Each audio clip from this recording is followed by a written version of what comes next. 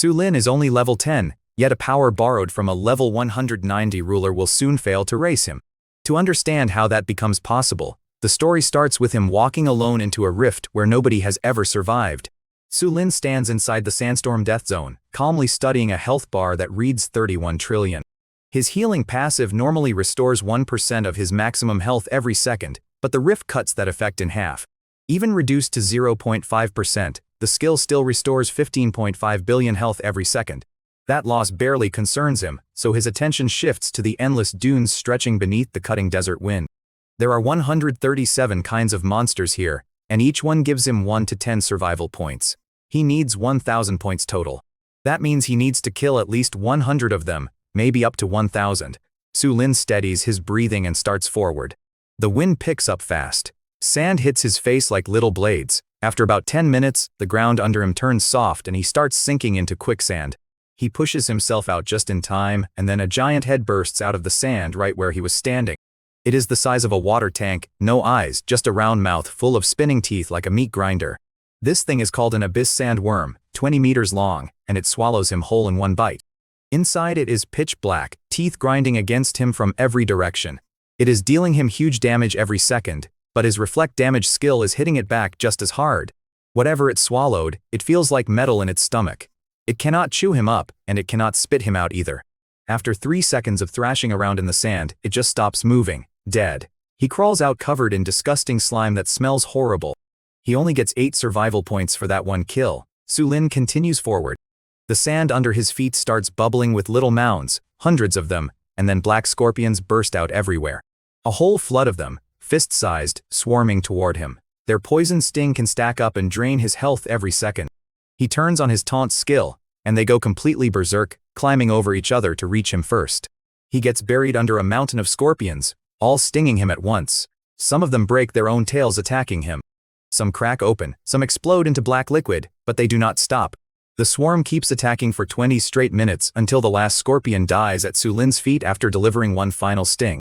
He ends up killing 347 of them, which gets him 694 points. Combined with before, he is at 702 out of 1,000. Su Lin pulls the stinger from his foot and keeps moving. An hour later, he reaches a massive ruin, big as 10 football fields. Broken walls everywhere covered in strange writing he has seen before. It is eerily quiet. The second he steps inside, everything changes. The ruins vanish and he is standing in a blood-red space full of bones with a red sky overhead and screaming echoing all around. Ghostly see-through figures pour out from every direction. Men, women, old, young, faces blurry except for their burning red eyes. These are sand wraiths and their special skill has a 1% chance of instantly killing him outright, unless he is strong enough compared to them, which thankfully he is. He turns on his taunt and they swarm him like maniacs, clawing at him with attacks that ignore defense completely. Every single hit deals real damage, but every time one of them hits him, its arm breaks off from the reflected damage. 2 hits, both arms gone. 10 hits, half its body crumbles. He just stands there and let hundreds of them tear into him. His health dips by a couple 100 billion, but heals right back instantly. Good. That means their instant kill effect cannot actually trigger on him. After 10 minutes, every single one of them has crumbled into ash, mixing with the bone-covered ground. He kills 127 of them for 1,016 points, putting him at 1,718 total. That is already enough to clear this level, but he does not leave yet. Su Lin lowers his gaze to the ash. Right before the wraiths disappear, their red eyes lose their madness and look almost relieved, but Su Lin pushes the strange detail aside and continues deeper. 20 minutes later, he finds a massive circular altar 500 meters across built from black stone with a huge stone pillar in the center covered in glowing red runes that pulse like a heartbeat. Crouched at the base of the pillar is a figure made entirely of shifting sand.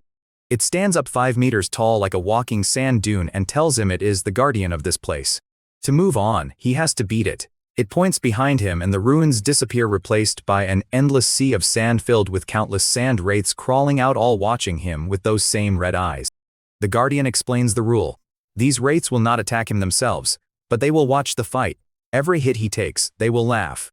The sand guardian explains that every time Su Lin falls, the watching wraiths will cheer, and once he dies they intend to tear his body apart.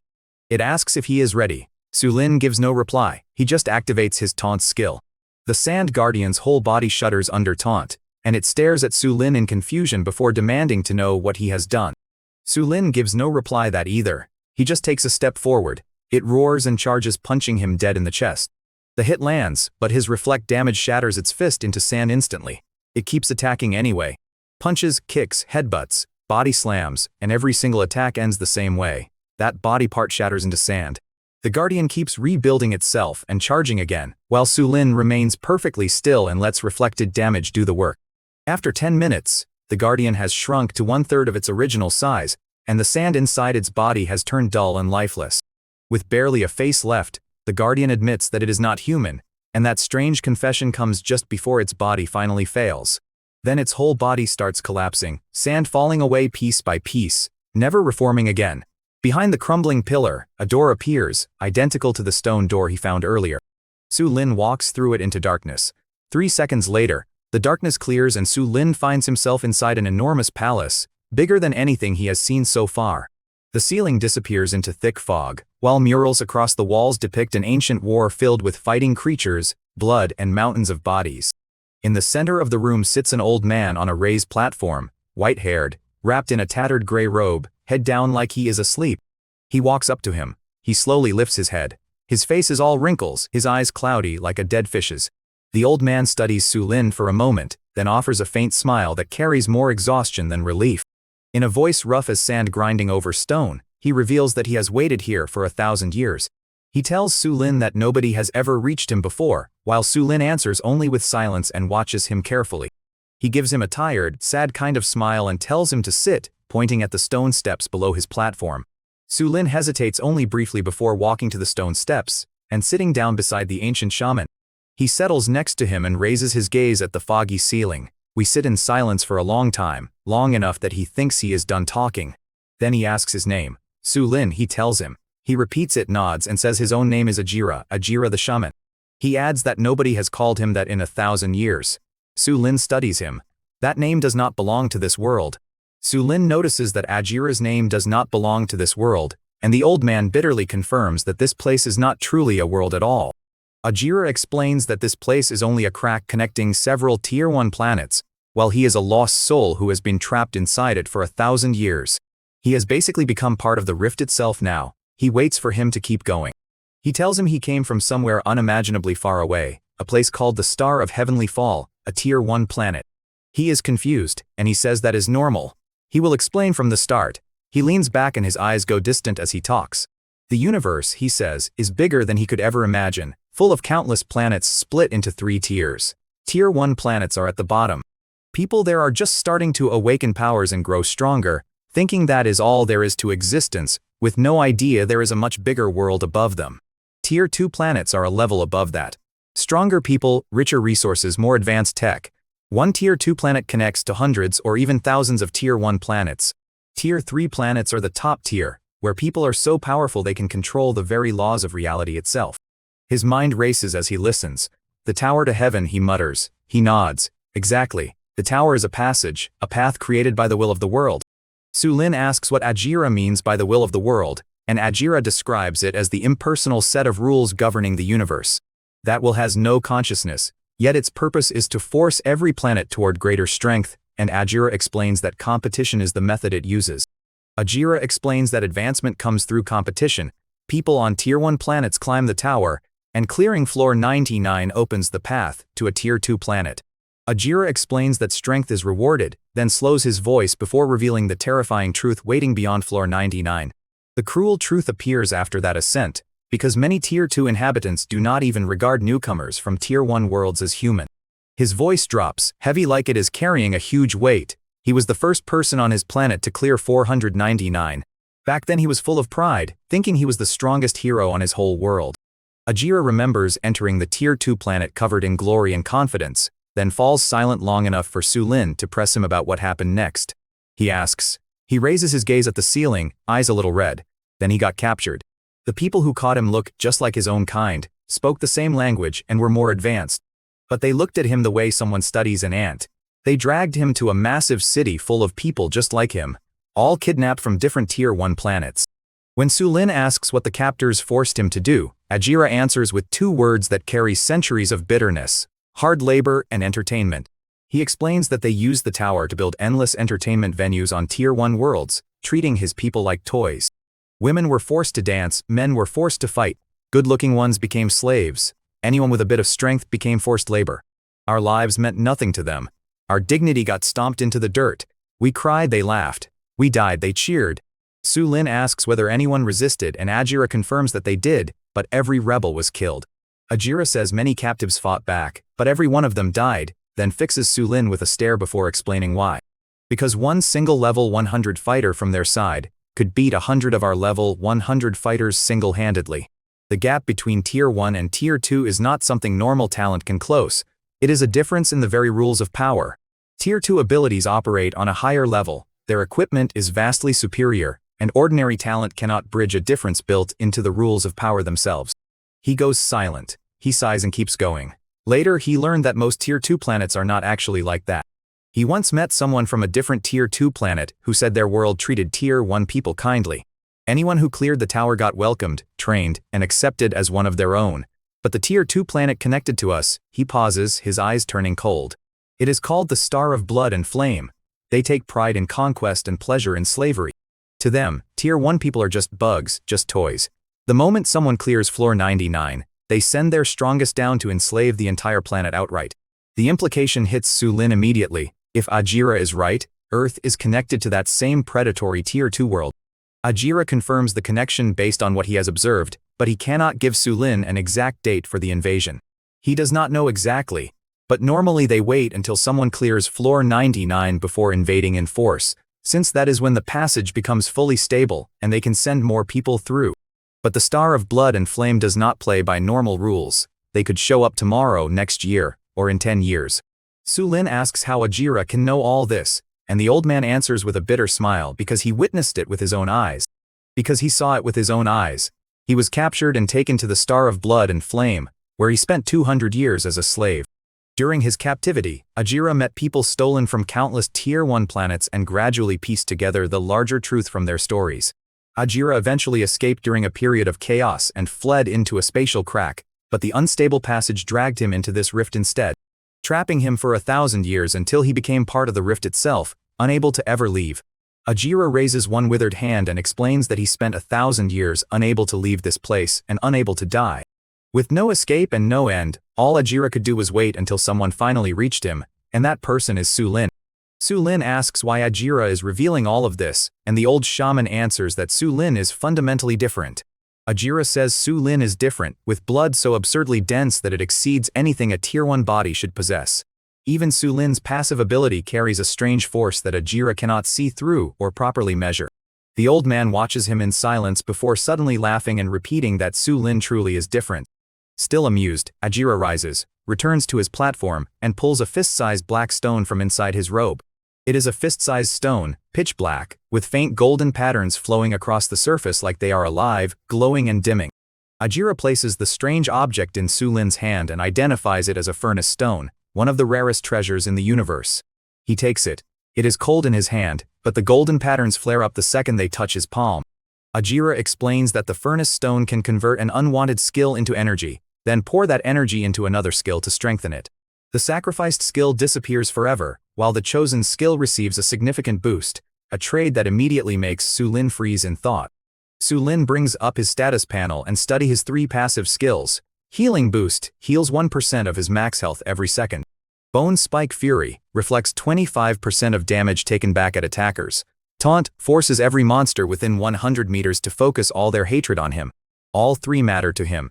Every single one is essential. There is no way he is melting any of these down. The old man sees his expression and laughs again. Back on his home planet, this stone only appears once every 100 years. He has kept this one hidden for 1,000 years, waiting for the right person. He looks him dead in the eyes. Ajira says the furnace stone can create a major leap in strength and expects Su Lin to understand exactly how valuable that makes it. Su Lin asks why Ajira would hand over something so rare, and the old shaman immediately bursts into laughter. Ajira explains that Su Lin is the first person he has seen in 1,000 years, and he wants the Star of Blood and Flame to suffer. He also admits a simpler reason. He likes Su Lin, and the answer earns a small but genuine laugh from both of them. Once the laughter fades, Ajira turns serious and reveals another rule that changes how Su Lin sees the power system. On Tier 1 planets, SS rank is the ceiling and people awaken only once, while Tier 2 inhabitants can awaken a second time. Su-Lin is stunned by the idea of awakening twice, and Ajira explains that Tier 2 people awaken once at 18 and later receive another chance through a Star Source Stone. After the second awakening, they gain an additional power. That means an SSS rank genius from a Tier 2 planet actually has 2 SSS rank abilities. Su-Lin's fingers slowly clench as Ajira adds that the difference extends beyond awakening abilities. Above legendary equipment lie epic, mythic, and eternal ranks, each doubling the previous tier's stats, while Tier 3 people can awaken 3 separate times. Su-Lin falls silent for a long moment. Suddenly, Su-Lin remembers all those dead bodies scattered through the rift. Names from different worlds. Strange, twisted writing on the walls. That is what it means. They were not all from the same world. They came from completely different planets, all connected through the same rift, and all died in the same place. So, if someone from our world clears floor 99 and enters the Tier 2 planet, he starts slowly. He nods, right. Ajira confirms that anyone who reaches a Tier 2 planet may gain a second awakening through a Star Source Stone, but there is a brutal catch. Those stones belong to the Tier 2 powers, so the newcomers only awaken again if their hosts willingly provide one. If the Star of Blood and Flame refuses, Earth's people remain trapped with a single ability forever, and Ajira knows those slavers would never share willingly. Su-Lin gives no reply. The answer's obvious. They would not. To them, people from Earth are nothing but slaves' toys, ants to be stepped on. Ajira brushes the dust from his robe and says he has revealed everything he can. Whatever happens next now depends on Su-Lin. He turns and moves toward the platform. At the doorway he pauses. His voice drifts back to him, soft as wind. Kid, remember, do not let those animals win. He does not look back. He steps through the door. A flash of light, and he is standing in the middle of the desert again. Behind him, that massive stone door is collapsing. Stones falling one by one, the ruins flickering out until it crashes down completely. The dust settles. He stands there looking at the rubble. The rift had existed for 34 years, and all 47 people who entered before Su-Lin died inside it. Now the rift itself is gone. The system confirms that Su-Lin has cleared Rift CN0571, the Sandstorm Death Zone. Su-Lin lowers his gaze to the black stone in his hand. The golden patterns are still flowing slowly across the surface, warm to the touch, almost alive. Item description for the furnace stone. Converts one acquired skill into energy to power up another skill. The converted skill disappears permanently. The boosted skill gains a noticeable strength increase. Su-Lin fixes his gaze on that line for a moment. A noticeable strength increase. Su-Lin brings up his status panel again and study his taunt skill. He got this one back in the Frost Tomb. It forces every monster within 100 meters to lock onto him. Paired with Bone Spike Fury, it is basically a monster clearing machine. Taunt and Bone Spike Fury already form the core of Su-Lin's monster clearing strategy, so sacrificing either skill is impossible. Reflecting 25% of damage is his main source of offense right now. Without it, he would just be a tank with thick health and no bite, able to take hits but never fight back. Even more untouchable than healing boost. Healing 1% of his max health every second is the foundation that lets him survive at all. Without it, even an ocean of health eventually runs dry. All 3 of his passives are off limits. None of them can be sacrificed. He took the furnace stone away in his space ring. He can always clear more rifts later. If he picks up a useless skill reward somewhere, he can melt it down to boost one of these 3. The second and third passives are strong enough for now. So, if he is boosting anything, he will boost the first one first. Once that is maxed, he will move to the second, then the third. Su-Lin raises his eyes toward the sky. The sun's near its peak, probably around 11 o'clock or noon. He spent 24 hours inside that rift, but only 1 hour passed out here. If traveling takes an hour and clearing a rift takes another hour, he could still clear 5 more rifts today. Su-Lin focuses, and his flying vehicle drops out of his ring. Its silver-white body gleaming in the sunlight. Su-Lin stores the furnace stone, then pulls up the flying vehicle's holographic map and checks the remaining level 10 rifts near Night City. But both entrances have people camped out front, association members, military, and the Su family. All 3 groups just sitting there waiting for him to show up. No rush. Let them get tired of waiting. He zooms the map out to the whole country. There are 218 unclaimed rifts below level 10 scattered across no man's land, with the closest cluster sitting somewhere between 800 and 2,000 kilometers from Night City. He swipes through and picks 5 at a reasonable distance, marking their coordinates. Su-Lin marks a circular route through 5 rifts, 850 kilometers northeast, 1,100 north, 1,300 northwest, 1,500 west, and 1,700 southwest. The route loops around in a circle and brings him right back near Night City at the end. He closes the map and fires up the vehicle.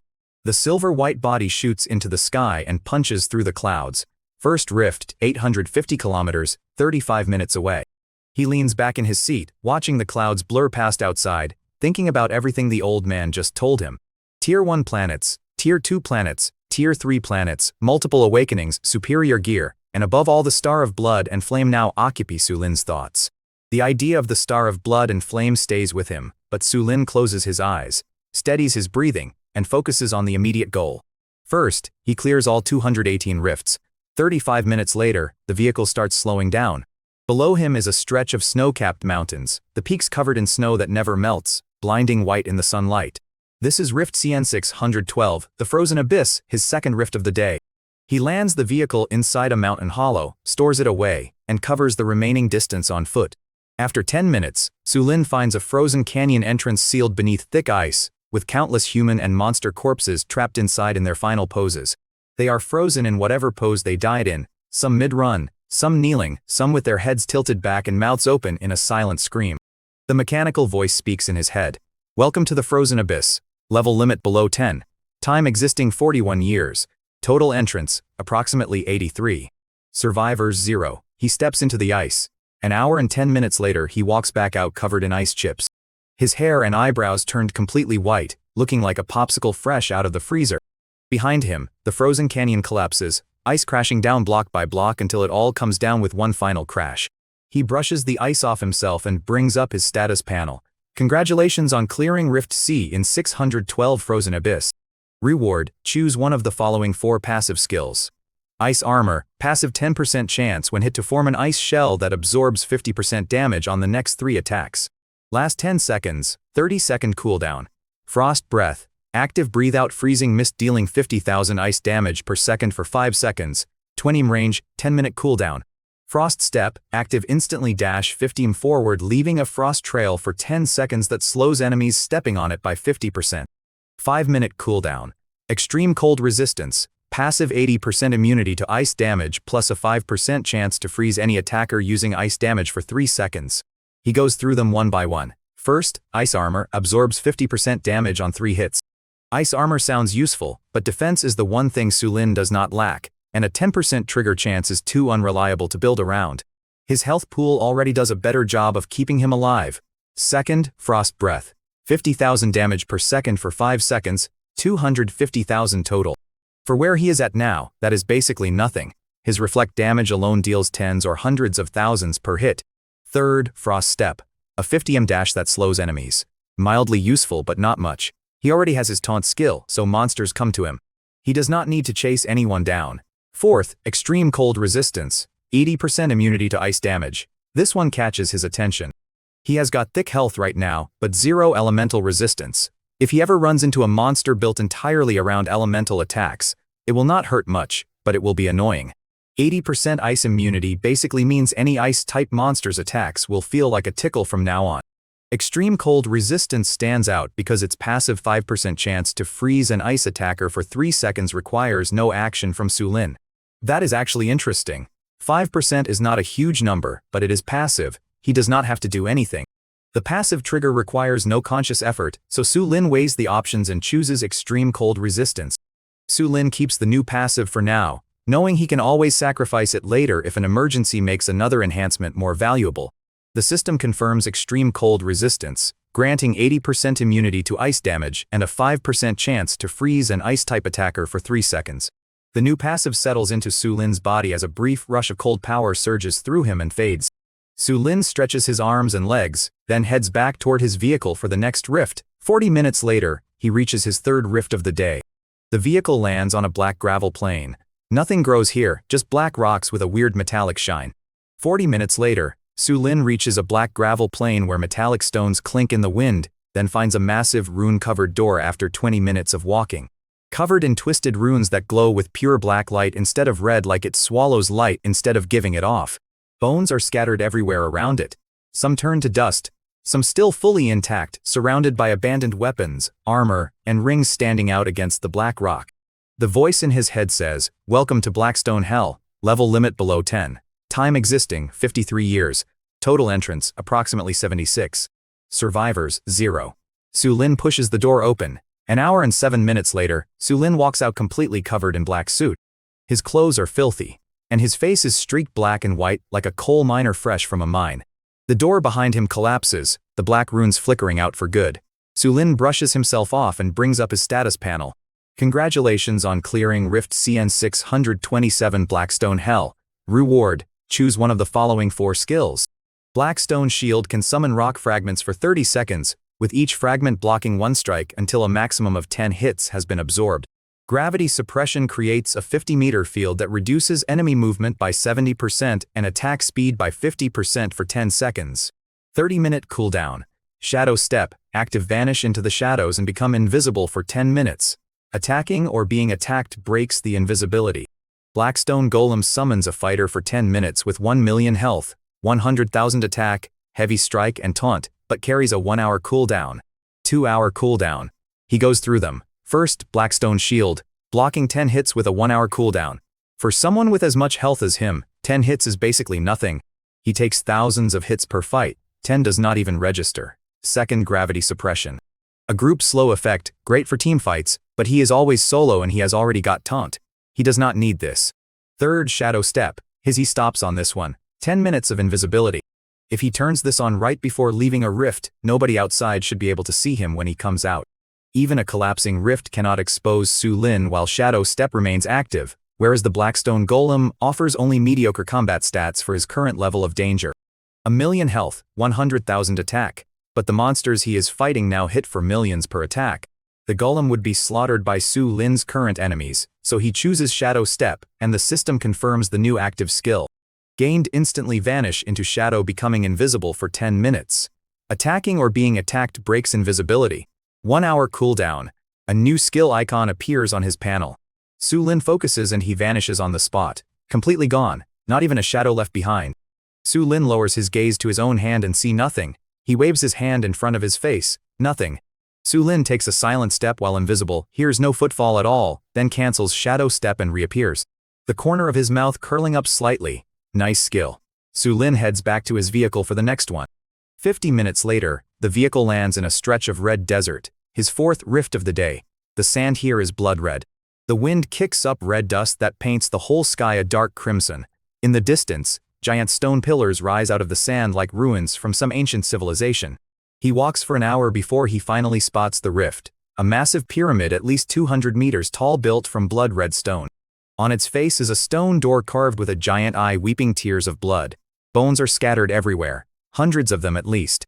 Some still dressed in tattered clothes, some still wearing gear, all standing out starkly against the red sand. The voice speaks.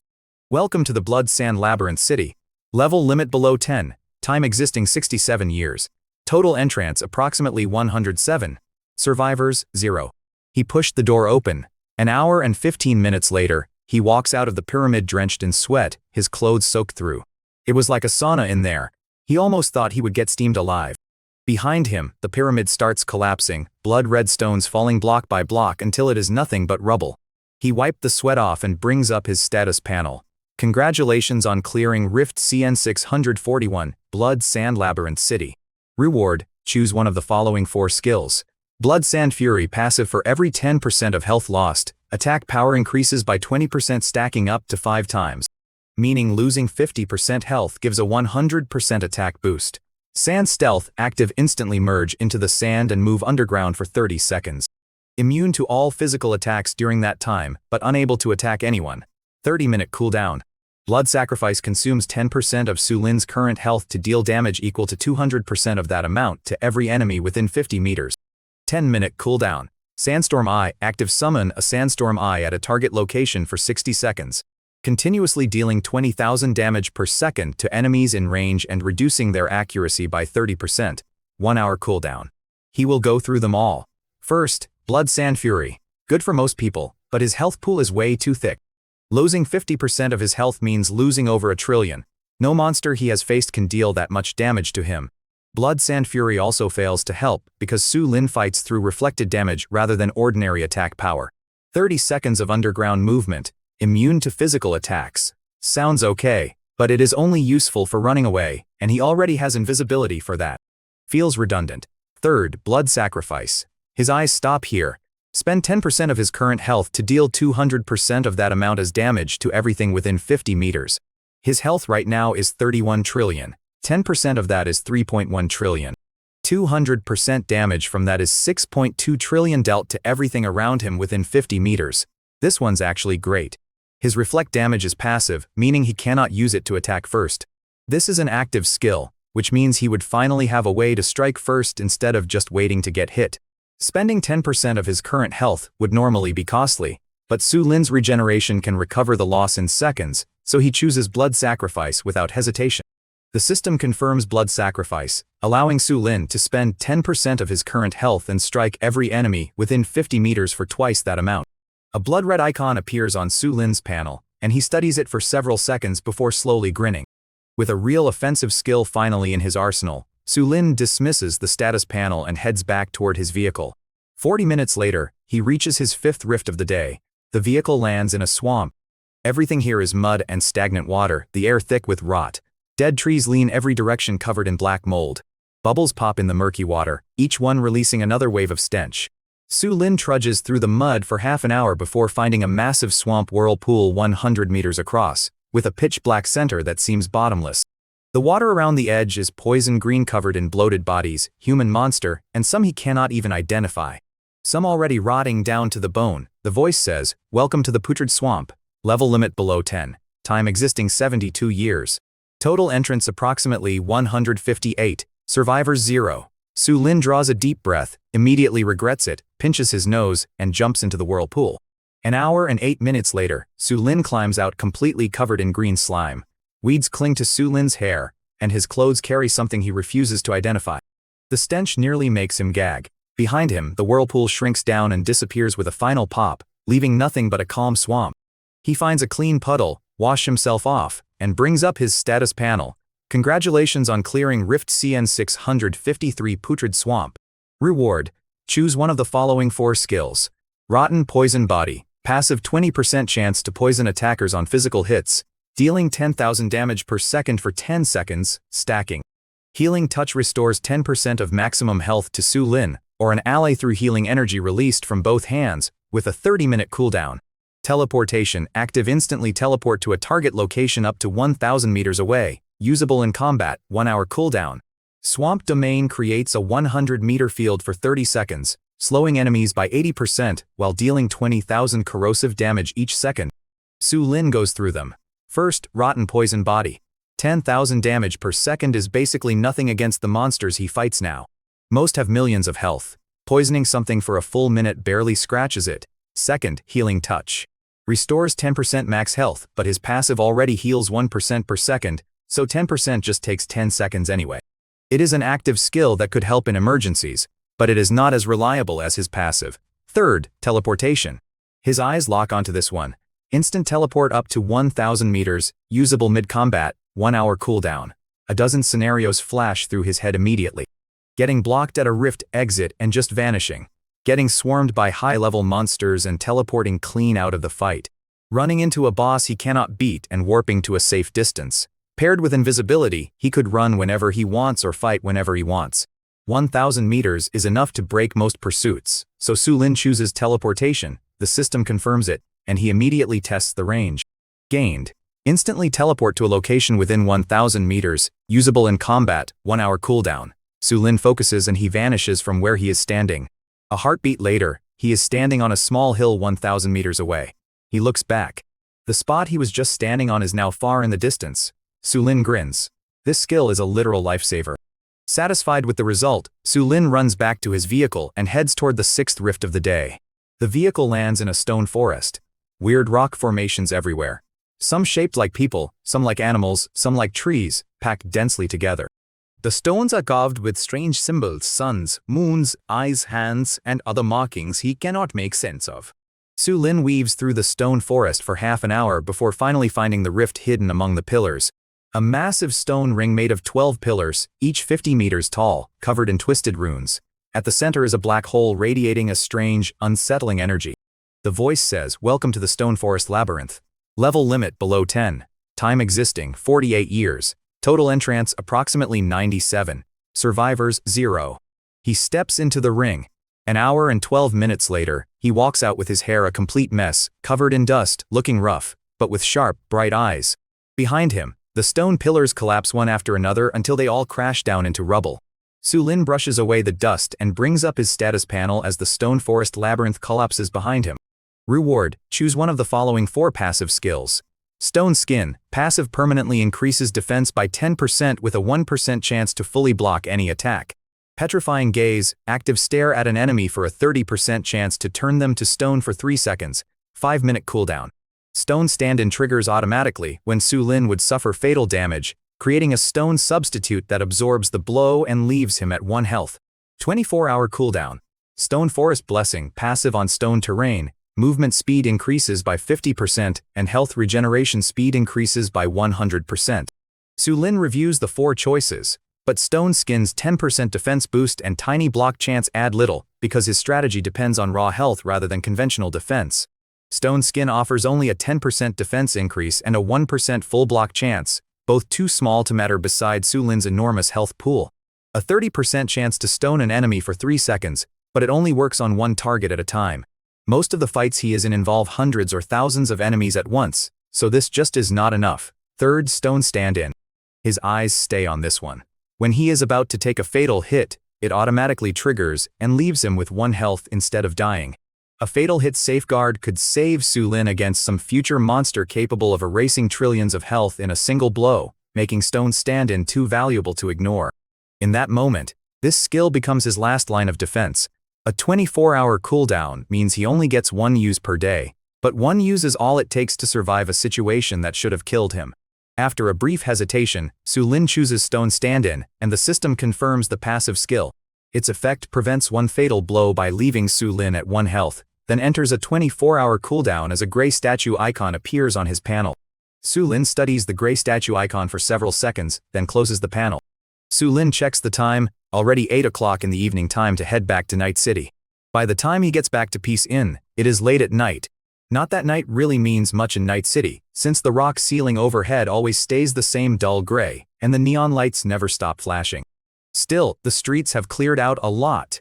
The association people, the military, and the Su family spies have all retreated into roadside shops for drinks and late-night snacks. He walks into the inn. The old man at the counter is dozing off as usual. The innkeeper cracks one eye open, recognizes the plain middle-aged tenant, then immediately returns to sleep. He heads upstairs into his room and shut the door. His jacket is soaked in a disgusting mix of smells from 6 different rifts today. The smells of ice, fire, sand, and swamp have fused into something unbearable, so Su-Lin throws away his jacket, showers quickly, and changes into clean clothes from his ring. Back inside Peace Inn, Su-Lin sits on the bed, steadies his breathing and brings up the personal status panel. Name Su-Lin, disguised. Level 10 health, 31 trillion. Base 1000 by 100 million plus gear times 30, 100 million attack, 2000 base 1000 ring 1000 power. Boosts max health by a factor of 100 million, passive 1. Healing boost health here. Heals 1% of max health per second, passive 2. Bone Spike Fury. Reflects 25% of damage taken back at the attacker, passive 3. Taunt. Forces every monster within 100 meters to lock onto him with relentless hostility 4. Extreme cold resistance, 80% immunity to ice damage. 5% chance to freeze ice attackers for 3 seconds, passive 5. Stone Stand-in. Triggers automatically on fatal damage, leaving him at 1 health. 24-hour cooldown active 1. Shadow Step, invisibility for 10 minutes. Breaks on attacking or being attacked. 1 hour cooldown active 2. Blood Sacrifice. Spend 10% current health to deal 200% of that as damage to everyone within 50 meters. 10-minute cooldown, active 3. Teleportation. Instant teleport up to 1000 meters. Usable in combat. 1 hour cooldown items. Invisible Mask unique. High-tier space ring. 1000 cubic meters.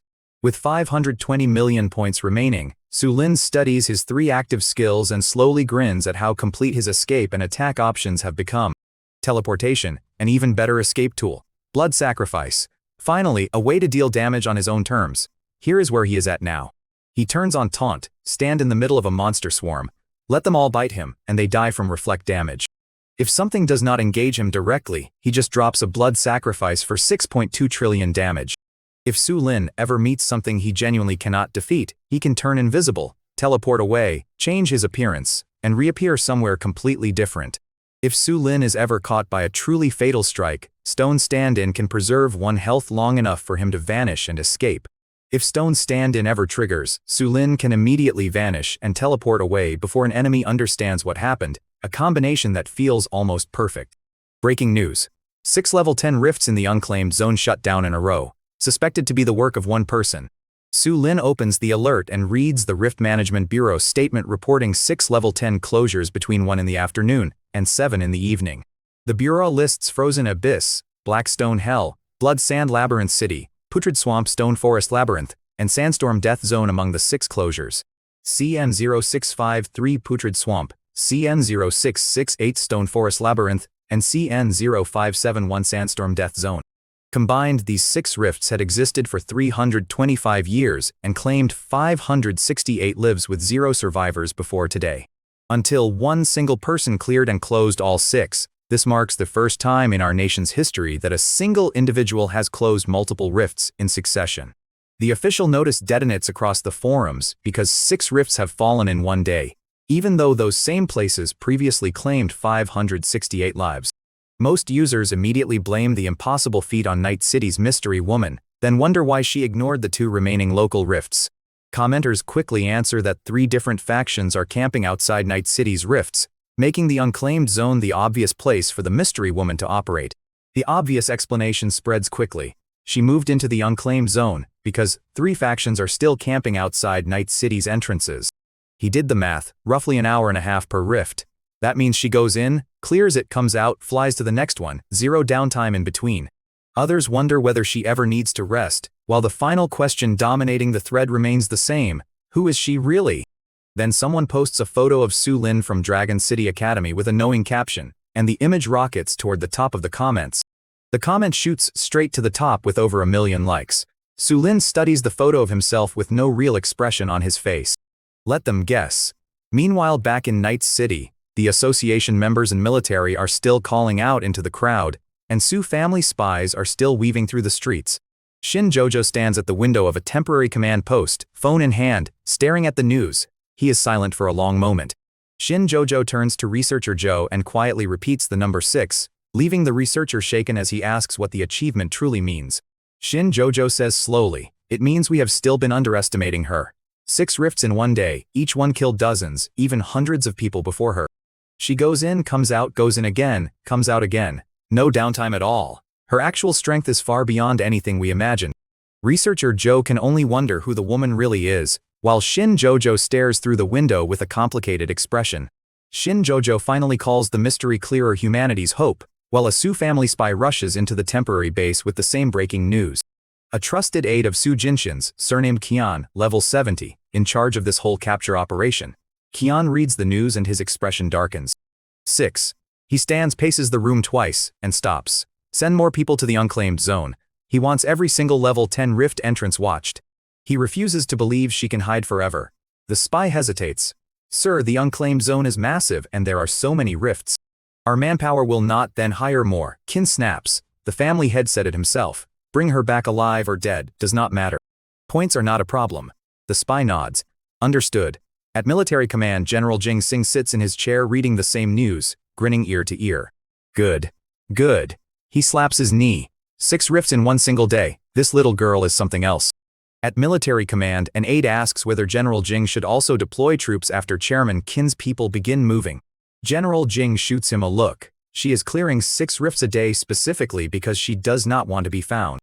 General Jing refuses to interfere, reasoning that the woman is clearing 6 rifts a day precisely because she does not want to be found, so the military will simply wait. Once she is done clearing, she will show herself eventually. Sunday, 7 o'clock in the morning, a massive crowd gathers in front of the Tower to Heaven in Heaven Dome City. Today, Su Jinshin attempts to clear floor 89. If he succeeds, he will become the first level 90 powerhouse in human history. His family watches from the platform. His wife Lin Wanshan holding back tears. His daughters Su Yao, Su Ling and Su Shaxiao cheering him on. Su Jinqian's wife Lin Wanshan holds back tears, his daughters Su Yao, Su Ling, and Su Xiaoxiao and his son Su Chun watches with admiration and worry. Representatives from major families, the Wang family, the Yi family, the Zhao family, all watch from the crowd with mixed expressions. Wang Tiangang stands stoic, telling a subordinate that Su Jinqian would not attempt this without confidence and success. Nearby, Yi Wushuang asks his subordinate Yi Wushang if Su Jinqian will succeed. Yi Wushang says yes. Su Jinqian has prepared for 10 years, and he needs level 90 specifically to deal with that person. Yi Wushuang realizes he means Su Lin and remarks quietly that is a shame. Yi Wushuang calls Su Lin's situation a tragedy. Someone so talented was born to Su Jinqian, while a father powerful enough to protect him instead wants him dead. At 7:30, the massive light portal to the tower activates. Su Jinqian says goodbye to his family and steps through. The crowd waits anxiously as the portal stays dark for a full hour. Then it flares back to life. Su Jinqian steps out bloodied, his clothes torn, a deep wound across his chest, but alive. Su Jinqian has cleared floor 89, becoming the first level 90 human in history, and the crowd erupts around him. Wang Tiangang watches with a complicated expression before quietly leaving with his people. Su Jinqian's family rushes to embrace him. He raises his gaze at the sky with a mix of exhaustion, excitement, pride, and something unreadable underneath it all. Meanwhile, far beyond their planet, in the endless void, a massive blood-red planet rotates slowly. The star of blood and flame, a Tier 2 world 100 times the size of Earth, covered in oceans of magma. At its highest point sits a floating black palace, where the Blood Flame King watches a crystal ball showing Su Jinqian's triumphant moment. The Blood Flame King announces that Earth has cleared floor 89, and his terrifying subordinates laugh about another Tier 1 planet becoming ripe for conquest and exploitation. But then the crystal ball's image shifts to raw data.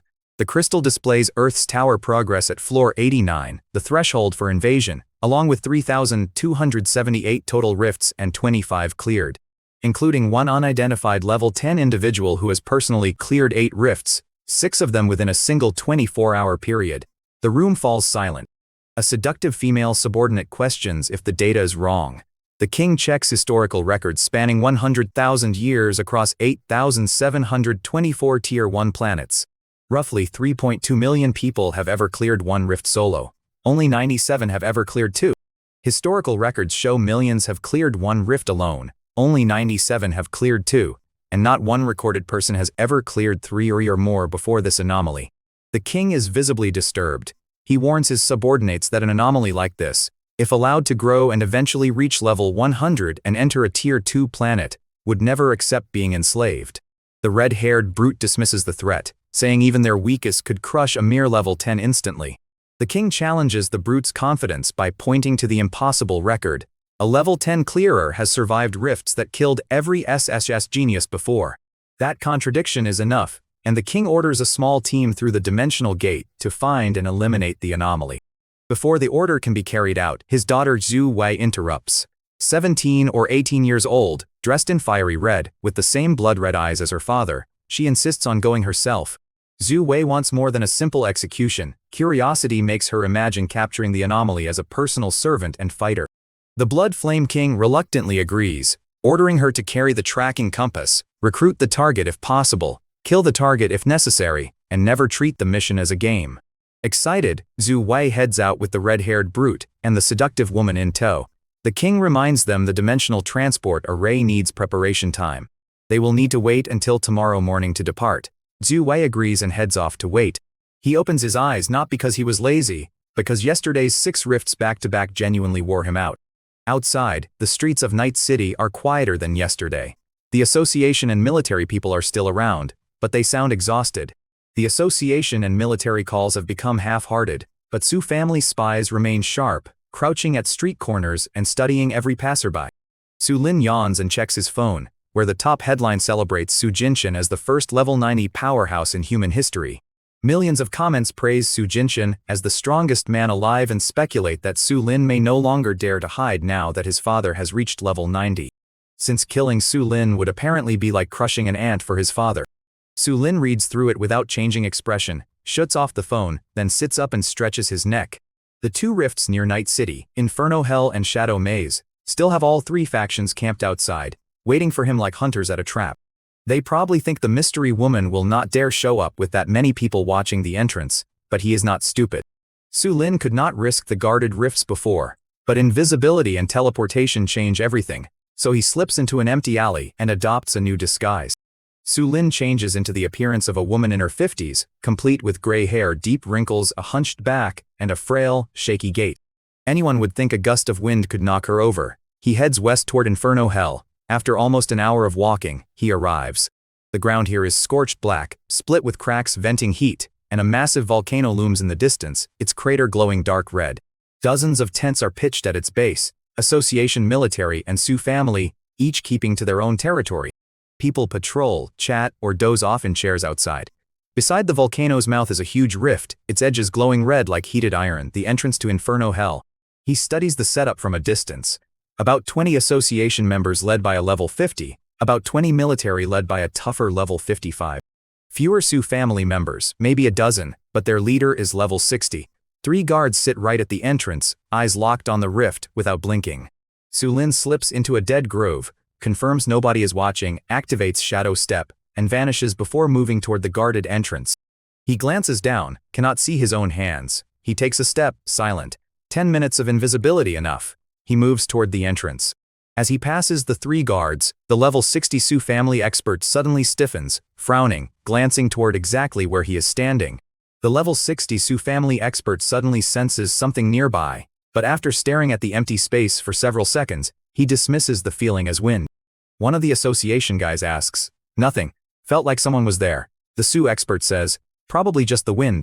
Su Lin walks right past him and steps into the rift. A flash of red light swallows Su Lin, and he disappears. An hour later the rift begins shaking violently, sending every guard to his feet as they realize the decades-old entrance is collapsing. Before any guard can finish wondering how a decades-old rift could collapse, the entrance tears wider and vanishes with a final crash, leaving only a smooth cliff face. Dead silence. Everyone stands there, mouths open, frozen like statues. The level 60 expert snaps out of it first. Someone went in. Panic follows because the rift can only close after a successful clear, yet nobody saw anyone enter or emerge. If the rift closed, they have to be out here somewhere. Search. Now. They tear the area apart, digging up dirt, flipping over every rock. Nothing. Not even a shadow. He is watching all of this from behind a small hill 100 meters away.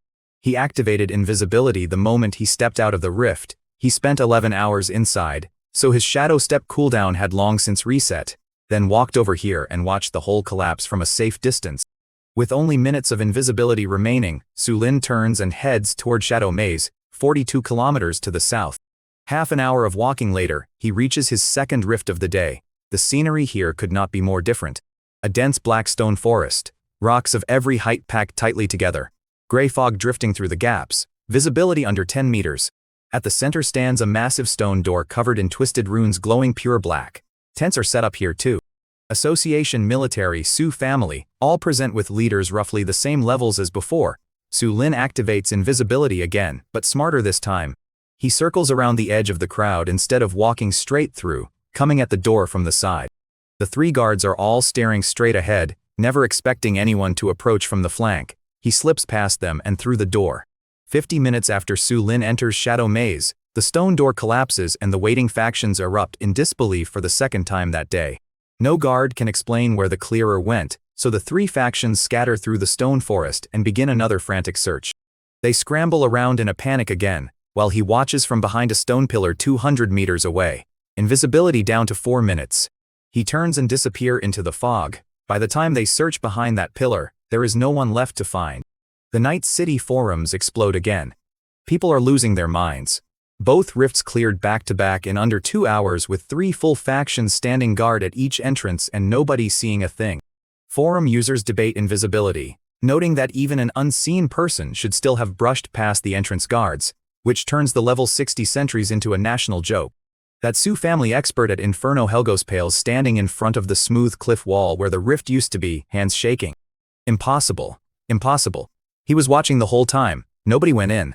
Nobody came out. An association member next to him says quietly, maybe.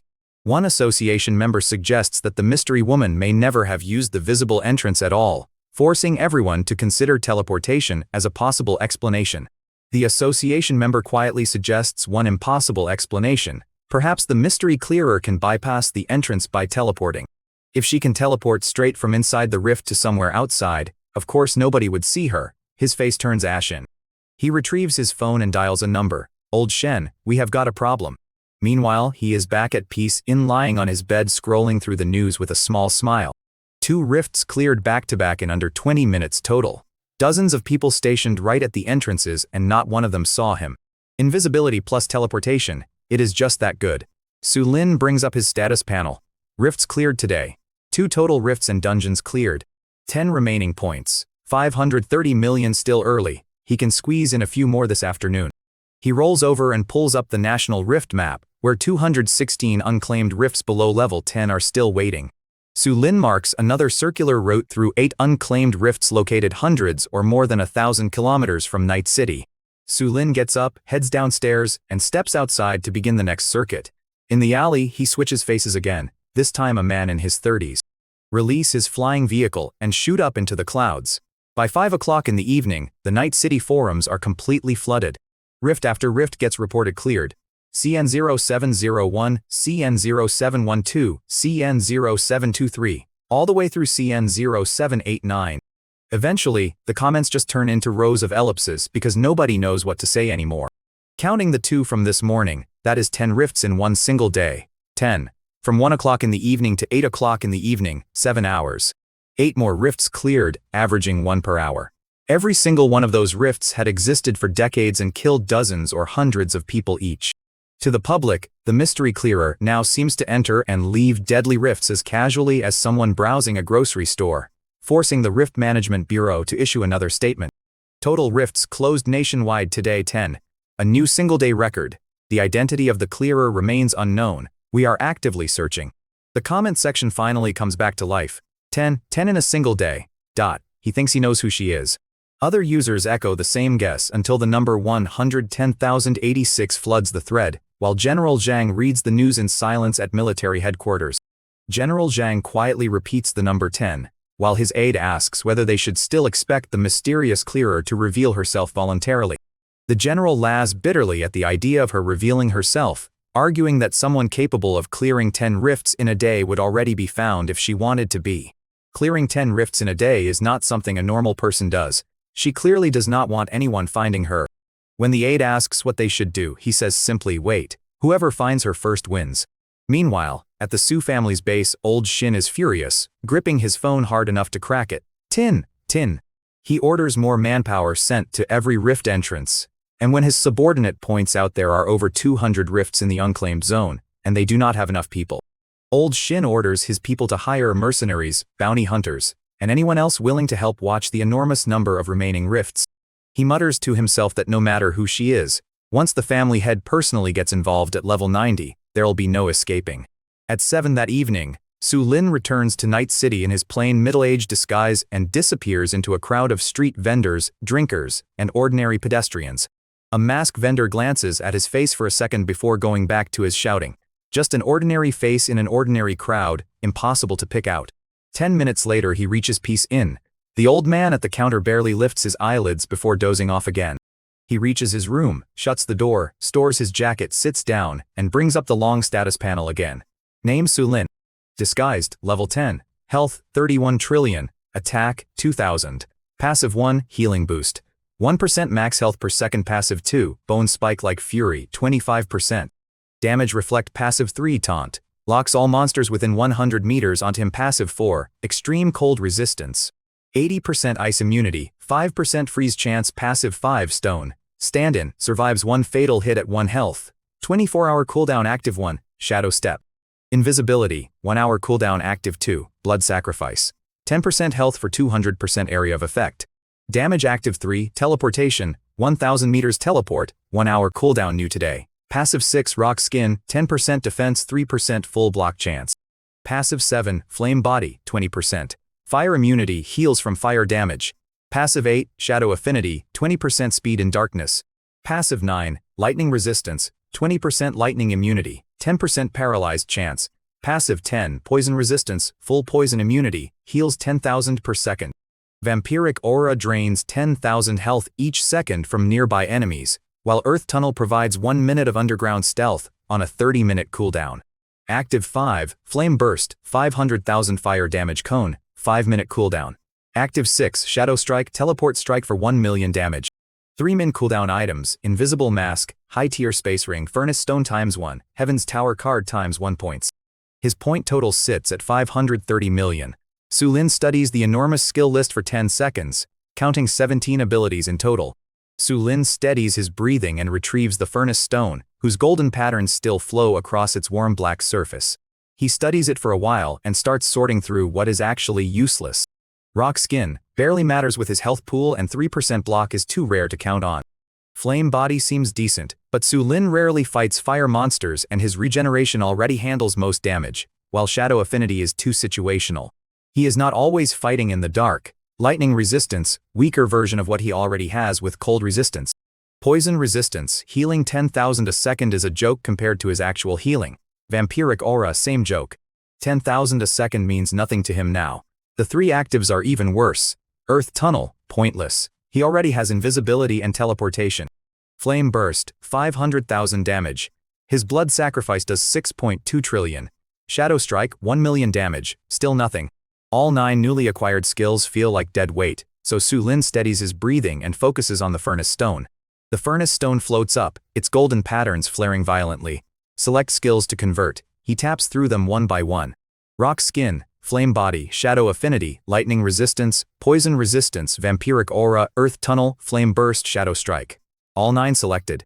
Select a passive skill to enhance. His finger stops on passive 1 healing boost. 1% max health per second, his single most important passive, the foundation that lets him survive anything. He taps it. The Furnace Stone shakes violently. 9 beams of different colored light tear out of his panel and pour into the stone. The golden patterns flash wildly, like the stone's about to burst apart. Then a pure beam of gold light shoots out and slams straight into his chest. The enhancement sends overwhelming pressure through Sulin's body for 10 seconds, as if his power is expanding faster than his frame can contain it. And Sulin opens his eyes before looking down at his hands. Still the same ordinary hands. No visible change, but he knows something shifted. Sulin brings up his status panel. Passive 1, Healing Boost. Enhancement successful, new effect, heals 10% of max health per second. Sulin fixes his gaze on that line for 3 full seconds. 10% of 31 trillion is 3.1 trillion. He is healing 3.1 trillion health every single second now. Sulin grins. There are still over 200 rifts left out there. If he melts down 90 more useless skill rewards, he could push this healing passive all the way to 100% per second. Sulin begins imagining the next upgrades. 100% reflected damage, a taunt radius measured in thousands of meters, and far stronger versions of his active skills. The thought of fully enhanced invisibility, teleportation, and blood sacrifice is enough to make even Sulin feel genuine excitement. Sulin dismisses the status panel and retrieves another item from his ring, a card earned as a reward from one of the rifts. When Sulin first read the card's description, he took it without hesitation. The palm-sized object is silver-white with gold trim. The front shows a tower with 19 floors, each one glowing faintly. The back reads Heaven's Tower card, Tier 2 effect. The tower notice explains that entrants may choose continuous clear mode, allowing each cleared floor to lead immediately into the next challenge without exiting. Continuous clearing can proceed as far as floor 419, after which every challenger must leave instead of advancing further in the same run. Sulin reads the rule in silence, because the tower normally permits only 1 visit each week and only 1 cleared floor per visit. But with this card, he could clear 10 floors in a single run, jumping straight from level 10 to level 20, with no need to step out and wait for next week in between. At 9 o'clock in the evening, the noise outside the inn gets too loud to ignore. He opens the window out of curiosity. Hero! Hero! Hero! The chanting hits him like a wave, loud enough to rattle the window. The entire street is packed beneath blazing neon, with people waving homemade signs thanking the unknown hero and calling her their savior. Some are crying, some are laughing, some are hugging strangers and jumping up and down. Skewer vendors are giving food away for free, shouting that today's on the house. A liquor seller drags out a dozen barrels and dumps them in the middle of the street, yelling for everyone to drink on him. People grab bowls, drink without hesitation, and continue chanting for the hero while Sulin watches briefly before closing the curtain and lying back down. Listening to the noise outside, without much expression on his face. But inside, it is complicated. He knows exactly who they are cheering for. Him. That mystery woman who cleared 10 rifts in one day. 4 of them right around Night City within 3 days. The 4 rifts near here alone used to kill over 2,000 people a year combined. That is at least 8,000 lives that will not be lost this year because of what he did over the last 3 days. 8,000 people alive because of him. He closes his eyes and breathes out slowly. Outside, the chanting just keeps getting louder, shaking the whole city. Across Night City, every street and corner is celebrating. In the East District, a steamed bun vendor stands outside her shop holding a sign that says, "Long live the hero." Tears running down her face as she talks about her younger brother who died in one of those rifts 23 years ago. Her son tries to comfort her, telling her the rift is gone now and nobody else will die in it. In the trading district, a woman who sells flying vehicles closes early, sits outside with a bottle, and raises it to the sky shouting hero between sips. Other shop owners join in, toasting the night sky together. In the roughest alley in the North District, a gang of usual troublemakers gathers to drink and eat instead of fight. Their bald leader declares nobody is allowed to start trouble tonight, and the group cheers, drinking toast after toast to the hero. He thinks of his own little brother, only 16 when he went into that same rift years ago and never came back. He raises his gaze at the sky and shouts that his brother can finally rest now that the rift is gone. Nobody in Night City sleeps that night. 30 million people celebrate together. Fireworks, singing, dancing, crying. Rival gangs lay down their weapons for one night of peace. People who normally hide indoors come out into the streets carrying signs, shouting along with everyone else. Night City, usually known as a city of sin, becomes an ocean of celebration for a hero whose real name and face remain completely unknown. Who gave them proof that miracles are real, and that the rift swallowing countless lives can actually be stopped. It is not just Night City, the whole country celebrates. In the capital, at least 100,000 people gather outside the Awakened Association headquarters, glow sticks and phones raised, chanting hero loud enough to shake the building. On the rooftop, Shinjojo watches the crowd in silence. His researcher asks if she will ever show herself. Shinjojo cannot identify the clearer, but he admits that the mystery woman has already become humanity's greatest hope. By the riverside in another city, a massive LED screen across the water scrolls a tribute honoring our hero. The city celebrates the closure of 17 deadly rifts, and the thousands of lives that may now be spared each year, while Dragon City Academy holds its own gathering. Yin Yin stands at the front with reddened eyes, staring at the news while Han Bing quietly wonders whether everyone has reached the same conclusion. Yin Yin gives no answer, because she knows exactly who he means. The missing legendary Awakener and their former teammate, Su Lin. Ing Run, leaning against the wall, says quietly but with total certainty, it is him. Lin Yu stands nearby, head down, her hands clenched tight. Yin Yin raises her eyes toward the sky and quietly wishes for Su Lin to stay alive as the scene shifts to the Wang family estate. Wang Shurong watches the celebration from her window with a faint smile, convinced that only Su Lin could have accomplished something this outrageous. She remembers the way Su Lin looked standing by the window at that celebration dinner, eyes calm, but with something burning underneath. Wang Shurong had already sensed that Su Lin was different, so she sends a message to a number that cannot possibly reach him inside the rifts. She sends Su Lin a teasing message about the meal he still owes her, even though she knows the number cannot reach him. The message goes out anyway, and she smiles before putting the phone away and deciding there is no need to rush. She decides the promised meal can wait until Su Lin finishes whatever he is doing, while the atmosphere inside the Su family home remains suffocating. Su Jinshin sits at the head of the table, 3 phones in front of him, every screen covered in headlines about the mystery woman. Record-breaking rift clears. Experts speculating she could eventually close every rift in the country. The entire nation celebrating an anonymous hero, and his own level 90 achievement completely buried under the noise. Lin Wanqing sits nearby, torn, glancing between the news and her husband's face, wanting to say something but not daring to. Su Yao scrolls through her phone with shaking fingers, watching every comment mention Su Lin and hero like a knife to her chest. Su Ling bites her lip, eyes red, thinking back on how she used to treat him, the guilt eating at her.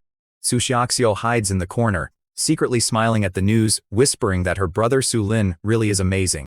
Until Lin Wanqing shoots her a look and she quickly shuts up. Su Qin stares at the screen, knuckles turning white around his clenched fists.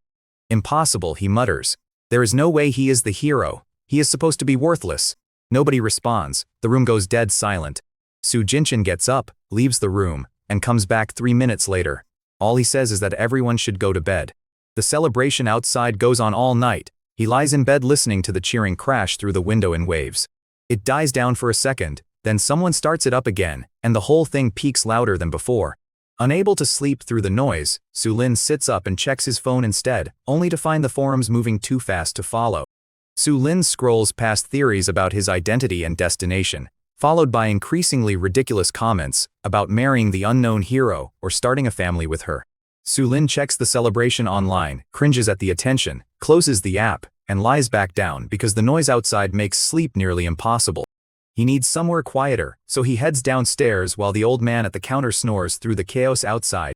He walks right past him without him even lifting an eyelid. Outside, the street is 10 times more packed than he expected. Wall-to-wall people, some drunk, some singing, some dancing, some crying into each other's arms. The neon lights are blinding and the air reeks of alcohol and sweat. He keeps his head down and pushes through, swapping faces 3 times and cutting through 5 different streets before finally finding somewhere quiet. An abandoned warehouse area on the edge of the East District with just a few homeless guys curled up asleep in the corners.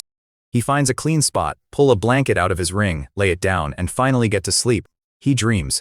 In the dream, Sulin stands before a tower so enormous that its upper floors disappear completely into the clouds. Standing in front of it is the old man from the Sandstorm Death Zone, Aguero the Shaman. White hair, torn gray robe. Ajira's memory returns with a quiet warning never to let the animals from the Star of Blood and Flame win, and Sulin wakes before he can answer. His outline fades, gets blurrier, and finally disappears completely, leaving only the tower and that gray sky above it. He jolts awake. Morning. The rock ceiling overhead is brightening as the artificial lights signal the start of a new day. He sits up and stretches his neck. The dream still replaying in his head. Do not let those animals win. Sulin steadies his breathing, packs the blanket into his ring, stands up and prepares to continue clearing the remaining rifts. No rush. He will take it steady. Meanwhile, far beyond Earth, on the blood-red planet Star of Blood and Flame, a massive teleportation array activates inside the floating black palace. 100 meters wide, covered in dark red runes, 3 figures stand at its center. Leading them is Xu Wei, the Blood Flame King's daughter, 17 or 18, dressed in fiery red, blood-red eyes that look like they have lava swirling inside them. Level 60, practically buzzing with excitement as the array brightens. Behind her stand 2 others. Shilai, a massive red-haired brute over 2 meters tall, shirtless, muscles like rope, a burning demon skull tattooed across his chest, level 78. Meiji accompanies them as a level 75 tracking and assassination specialist wearing black leather armor and watching everything with cold, calculating eyes. The Blood Flame King's voice booms from deep within the palace. Find the target on Earth, level 10, capable of clearing rifts. Bring them back. Recruit if possible, kill if not. Xu Wei is in charge. Xu Wei grins, confident she can handle some little level 10 without trouble. Shilai jokes about wanting to test the target with a punch first to see if he is worthy of being the princess's slave. Meiji teases Shilai for targeting someone so far below his level, but the brute only wants to test how tough the record-breaking clearer really is. The king reminds them that the portal remains stable for only 7 days and warns them to return on time, because Earth's individually weaker natives still possess overwhelming numbers. Shilai brushes off the warning, claiming he could handle 10,000 locals alone. The array reaches full brightness. With a thunderous crash, all 3 vanish into the light. Deep in Earth's unclaimed zone in a permanently snow-covered range in the Tianshan Mountains, the sky suddenly tears open. A jet-black gash, bleeding red light at the edges like an eye opening. It widens into a rift 100 meters across and the 3 figures drop down, landing steady in the snow.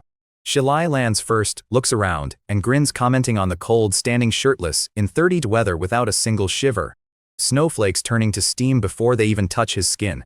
Meiji studies the surroundings, noting it is actually nicer here than the magma oceans back home. Shilai crouches down, scoops up a handful of snow, sniffs it, and announces he can smell living things, a lot of them. Xu Wei lands last, completely unbothered by the cold despite her thin red dress. Snowflakes melt before they get within 3 in of her skin. She retrieves a palm-sized black compass covered in twisted runes with a blood-red orb at its center that swirls like liquid. It is a tracking compass built to detect clear energy, the invisible mark left on anyone who has beaten a rift or dungeon. The more rifts one person clears, the deeper the hidden mark becomes, and the tracking compass exists specifically to hunt anyone carrying such a mark. Xu Wei watches the orb spin and stop dead, pointing due east. Text appears beside it.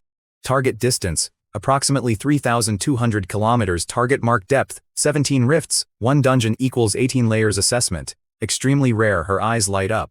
18 layers, she murmurs. 17 rifts, 1 dungeon. The other 2 freeze. Shilai's eyes go wide. The Blood Flame King is startled because the anomaly had only 8 recorded clears the previous morning and has somehow added 10 more in a single day. Meiji's smile disappears when she remembers that no Tier 1 person in their records has ever cleared more than 2 rifts alone. making Su Lin's record seem inhuman, and adds that this is exactly why the king sent them. If someone like this is allowed to keep growing for a few more years, they could genuinely threaten their world. Shilai asks if they are chasing. Zhu Wei laughs, delighted. Of course we are chasing. He has never met an 18-layer genius before. He wants to see exactly what he looks like. She waves a hand. Let us go. All three launch into the sky, flying due east. Above the Tian Shan mountains, Shilai streaks through the sky like a burning meteor, shirtless, steam rising off his skin as snow melts before it even touches him. He complains about how slow flying without a vehicle is, barely a few hundred kilometers an hour. Meiji floats beside him, wrapped in faint black mist, telling him not to rush since they have got 7 days to find the target. Shilai grins and says he might as well have fun while they search, mentioning there are billions of people on this planet. Plenty to kill if he gets bored. Meiji warns him the king said priority is the target, not chaos. Shilai dismisses the danger because Earth's strongest known fighter is only level 90, and he believes even that opponent could not prevent their escape. Killing a few people to cause panic might just flush him out. Zhu Wei catches up behind them, agreeing with Shilai, practically licking her lips with excitement over the idea of an 18-layer mark holder. She wonders aloud what he looks like, how old, what gender. None of them know. They speed off toward their target, still 3,000 kilometers away. That is the threat closing in on him, even though he does not know it yet. He is standing in the middle of a desert in front of a massive stone door.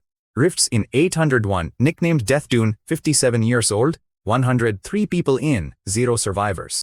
He pushes through. An hour and a half later, the door collapses behind him. He brushes the sand off and brings up his status panel.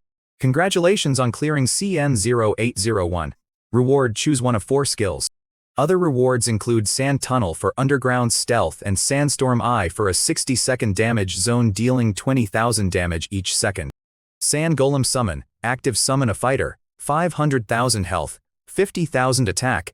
None of the reward choices matter much anymore, so Su Lin picks Sand Resistance as another piece of future furnace material. He stores the new skill and heads back toward his vehicle without wasting any more time. Next rift. Meanwhile, 3,000 kilometers away, Zhu Wei suddenly stops midair, staring down at her compass. Shilai asks what is wrong. She squints. He moved. The red orb keeps shifting direction until it settles northeast. He was due east a moment ago.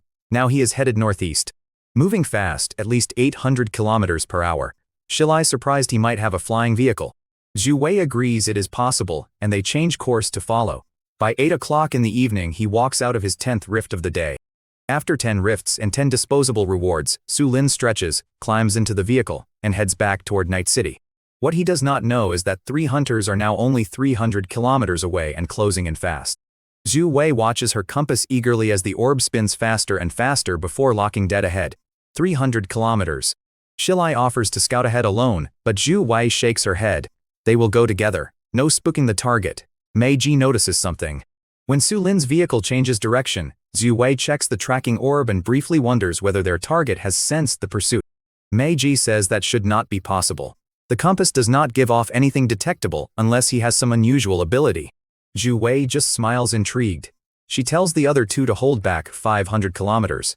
She wants to see where he is actually going. Back in Night City, Su Lin lands, stores the vehicle, changes faces, and blends into streets still buzzing with celebration. Fewer people celebrating now, but plenty still wandering around with "Long Live the Hero" signs looking for someone to drink with. He is walking toward Peace Inn when he suddenly stops. Something feels wrong. He cannot explain it, but it is like someone's watching him. He turns and scans the crowd. People drinking, singing, even a fight breaking out somewhere. Nothing obviously off, but the feeling does not go away. The uneasy feeling refuses to disappear, but Su Lin heads inside Peace Inn and watches the street from his room. He goes up to his room and shut the door, watching the street through a gap in the curtain. Still nothing visibly wrong, but the feeling of being watched keeps getting stronger, and it is getting closer. 500 kilometers out. Zhu Wei frowns at her compass. Weird, his position has not moved. He is just staying in one spot. Shilai says that is perfect. Let us just go grab him. But Zhu Wei shakes her head. If he had noticed them, he would be running. Because Su Lin is no longer fleeing, Zhu Wei concludes he probably has not detected them and instead suspects that he may simply be heading home. The 3 of them speed toward Night City. 300 kilometers, 200, 150. Night City's silhouette comes into view. A massive underground metropolis lit up with endless neon under a thick rock ceiling. Zhu Wei hovers above it, eyes lit up with excitement. He is right there. Her compass points straight at the city center, the signal screaming strong. Shi Li is ready to go grab him immediately, but Zhu Wei decides she will scout alone first while the other two wait outside. Meiji is uneasy about her going in solo, but Zhu Wei brushes it off. He is just a level 10. After tidying her dress, Zhu Wei drops into an abandoned warehouse district, curious about how the native will react when she confronts him. Ugh, this planet's air smells awful, she mutters like dirt. Then she changes her appearance. The red dress becomes a plain black jacket. Her long hair shortens. Her striking face turns completely ordinary. Within seconds, she looks like any random young woman, and she heads into the city satisfied with the disguise. Meanwhile, he is standing at his window, watching the street, and the feeling just keeps getting stronger. It is not his imagination. Once certain the danger is real, Su Lin activates Shadow Step, slips outside invisibly, and scans the crowd for whoever is watching him. Then he sees her. A woman in her early 20s, black jacket, short hair, completely ordinary looking, standing across the street, scanning the crowd like she is searching for someone. She blends in perfectly with everyone else in Night City, but he is staring straight at her eyes. They are blood red, not bloodshot red, genuinely blood-colored, like something is flowing inside the pupils themselves. He has seen all kinds of people in this city, but never eyes like that. Zhu Wei studies the area for another moment, then walks toward the East District and directly toward Su Lin's hidden position. She passes him at close range, hesitates for only a fraction of a second, then continues into the crowd without recognizing his disguise. Su Lin turns and watches Zhu Wei disappear into the crowd, relieved that the feeling of being watched has vanished, but unsettled by the questions she leaves behind.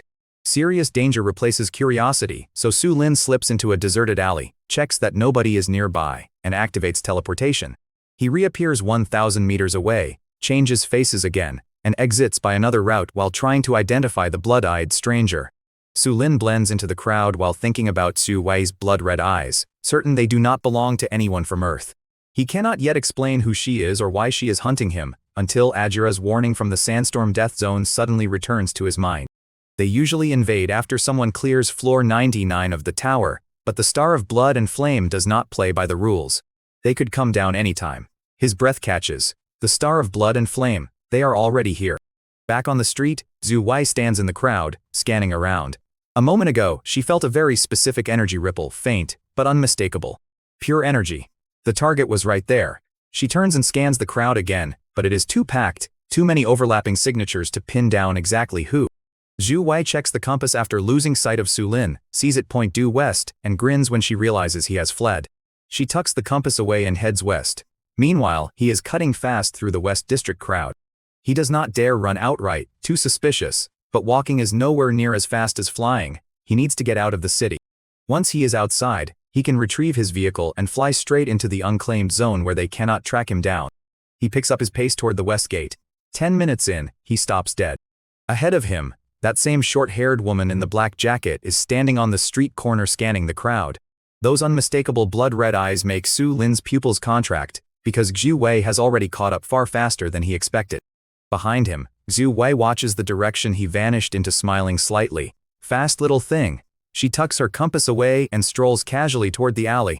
Su Lin races through an alley and rejects invisibility as useless, because Zhu Wei has already seen his face and appears to be tracking his energy rather than his appearance. A 1,000-meter teleport cannot defeat a persistent tracker either, so Su Lin stops and forces himself to choose between endless retreat and a direct fight. Those blood-red eyes were locked onto him specifically. Invisibility and teleport can buy distance, but she clearly has a way to track him, and she will catch up eventually. With his escape skills still on cooldown, Su Lin stops running and decides to discover firsthand how strong a Tier 2 opponent really is. With escape looking impossible, Su Lin retrieves his rare-grade sword, grips it tightly, turns around, and walks directly back toward Zhu Wei. She blinks, surprised he walked back toward her instead of running. Looking him over, she sees a plain-looking man in his 30s, ordinary clothes, holding a faintly glowing sword. To her, that is a pathetic tin-level rare weapon, barely an upgrade at all. Just another forgettable awakener as far as she is concerned. He sizes her up too. Early 20s, black hair, black jacket. A face so ordinary she would vanish into any crowd. But those blood-red eyes with something like lava swirling in them definitely do not belong to anyone from this planet. An unfamiliar pressure radiates from Zhu Wei, but Su Lin remains calm and asks whether she has been searching for him. Zhu Wei smiles with the delighted innocence of a child who has found a new toy and admits that tracking Sulin took far longer than expected. She emphasizes that they crossed an immense distance from the Star of Blood and Flame solely to locate him.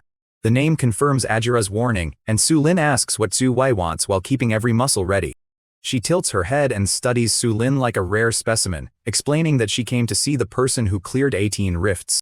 Zhu Wei admits she expected more from the anomaly, because the historical record says even the greatest Tier 1 geniuses have never achieved anything close to his rift-clearing streak. Individual ever cleared only 2 rifts, while Sulin has already cleared 18. Instead of killing such a rare anomaly, Zhu Wei proposes turning Sulin into her slave and taking him back to the Star of Blood and Flame. She claims his talent could earn him a useful position under her, but Sulin answers the offer with a dry, disbelieving laugh. He makes it clear that he thinks her proposal is insane, and the playful smile on Zhu Wei's face immediately stiffens. Boom. Boom. Slamming 2 craters into the ground, a massive red-haired brute climbs out of one crater. Over 2 meters tall, shirtless, a burning demon skull tattooed across his chest. He grins and tells the princess not to waste words on him. Zhu Wei casually orders Shilai to beat Sulin into submission and drag him away, while Meiji emerges from another crater and dismisses the target as visually unremarkable despite his 18-layer mark, and offering to have some fun with him first.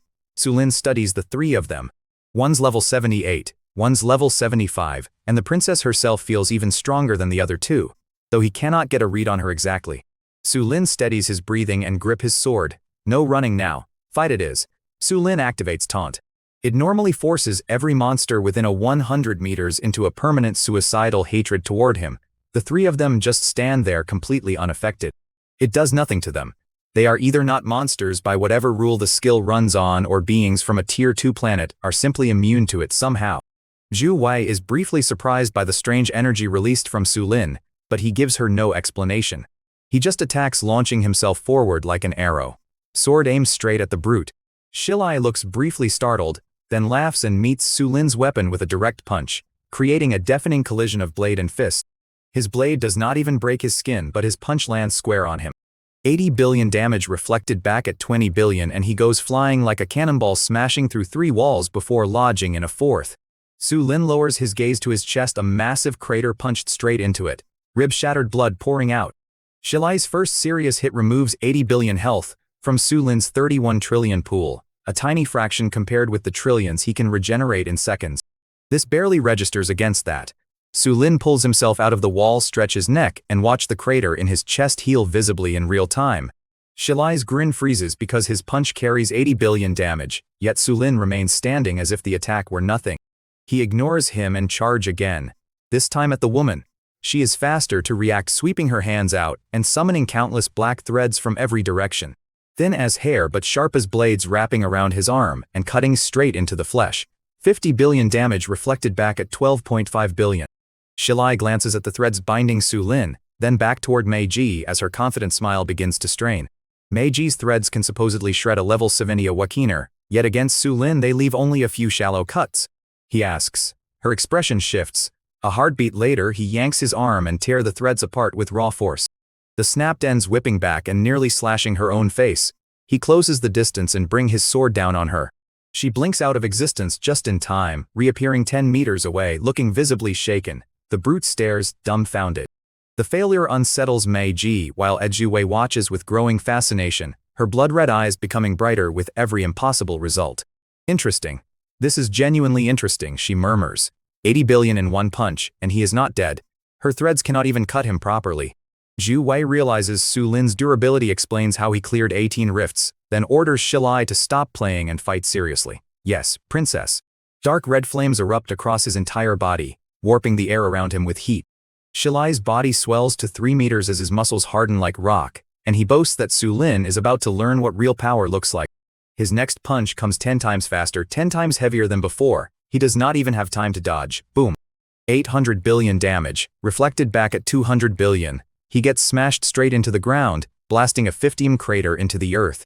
He is lying at the bottom, half his body shattered, blood and worse pooling around him. 800 billion out of 31 trillion. A quarter of his total health gone in one hit, but a heartbeat later, the wounds start healing rapidly. 3.1 trillion a second means he is back to full in 3 seconds flat. By all accounts, that reflected damage should have killed him outright, but he just looks like he is in pain, not dying, meaning he has probably got both an attack and a defense-type power working together. The brute stares into the crater, watching him heal. Shilai is stunned as Su Lin's enormous health pool restores damage almost as quickly as he can inflict it. Even Meiji's decades of experience offer no explanation for a level 10 fighter surviving an 800 billion damage punch and healing through it.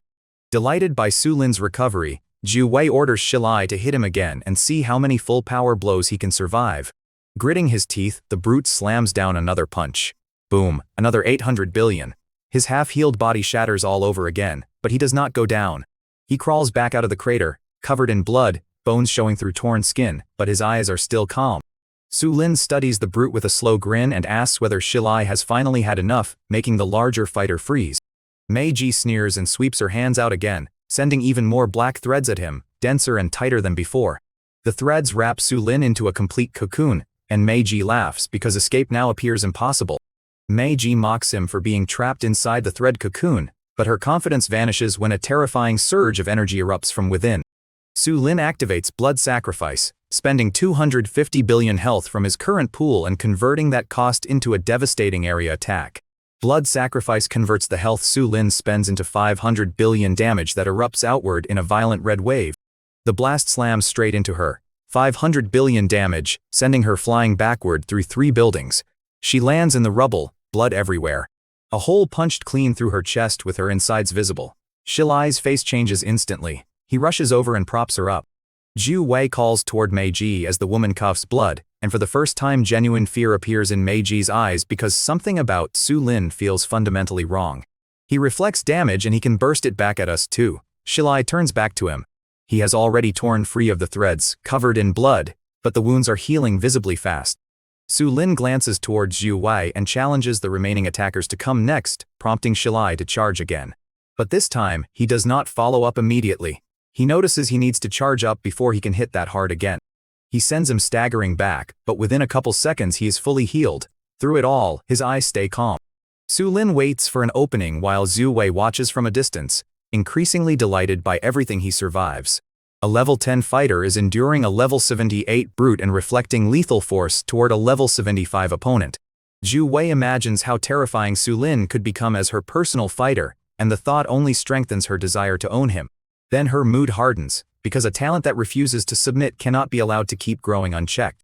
She orders Shilai to stand down, walks forward herself, and tells Su Lin that his performance has earned her personal attention. She pulls something out, a fist-sized crystal ball, completely transparent. The swirling dark red flame sealed inside that warps the space around it every time it pulses. Zhu Wei reveals a one-use flame burst crystal containing a stored casual strike from her father, the Blood Flame King. When she states that her father is level 190, Su Lin's pupils contract because the gap is almost absurd. Zhu Wei admits she hoped not to waste such an item, but Su Lin has survived too many of Shilai's full power attacks. With ordinary methods failing, she throws the crystal forward, and the dark red flame inside begins pulsing hard enough to warp the air. The space around it tearing and warping. A crushing, suffocating pressure floods the entire area. He tries to run, but his feet feel nailed to the ground. This is raw level suppression, a level 190 presence pressing down on a level 10 like him, and there is nothing he can do about it. The crystal explodes. A dark red flame surges out, forming into a dragon that opens its jaws and swallows him whole. Boom. The heat is unbearable. The buildings around us melt instantly. The ground turns to lava. The moment the flame dragon swallows him, he feels his body starting to melt.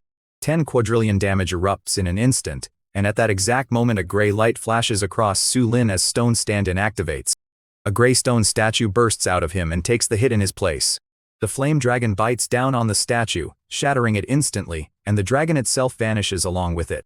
He is left standing there with exactly 1 health point. He survived. Dead silence falls over the battlefield. Shilai's jaw drops while Meiji stares from the rubble and Zhu Wei's confident smile finally freezes. Shilai's jaw hangs open, Meiji stares from the rubble, and Zhu Wei can barely accept that her father's stored strike failed to kill a level 10 target.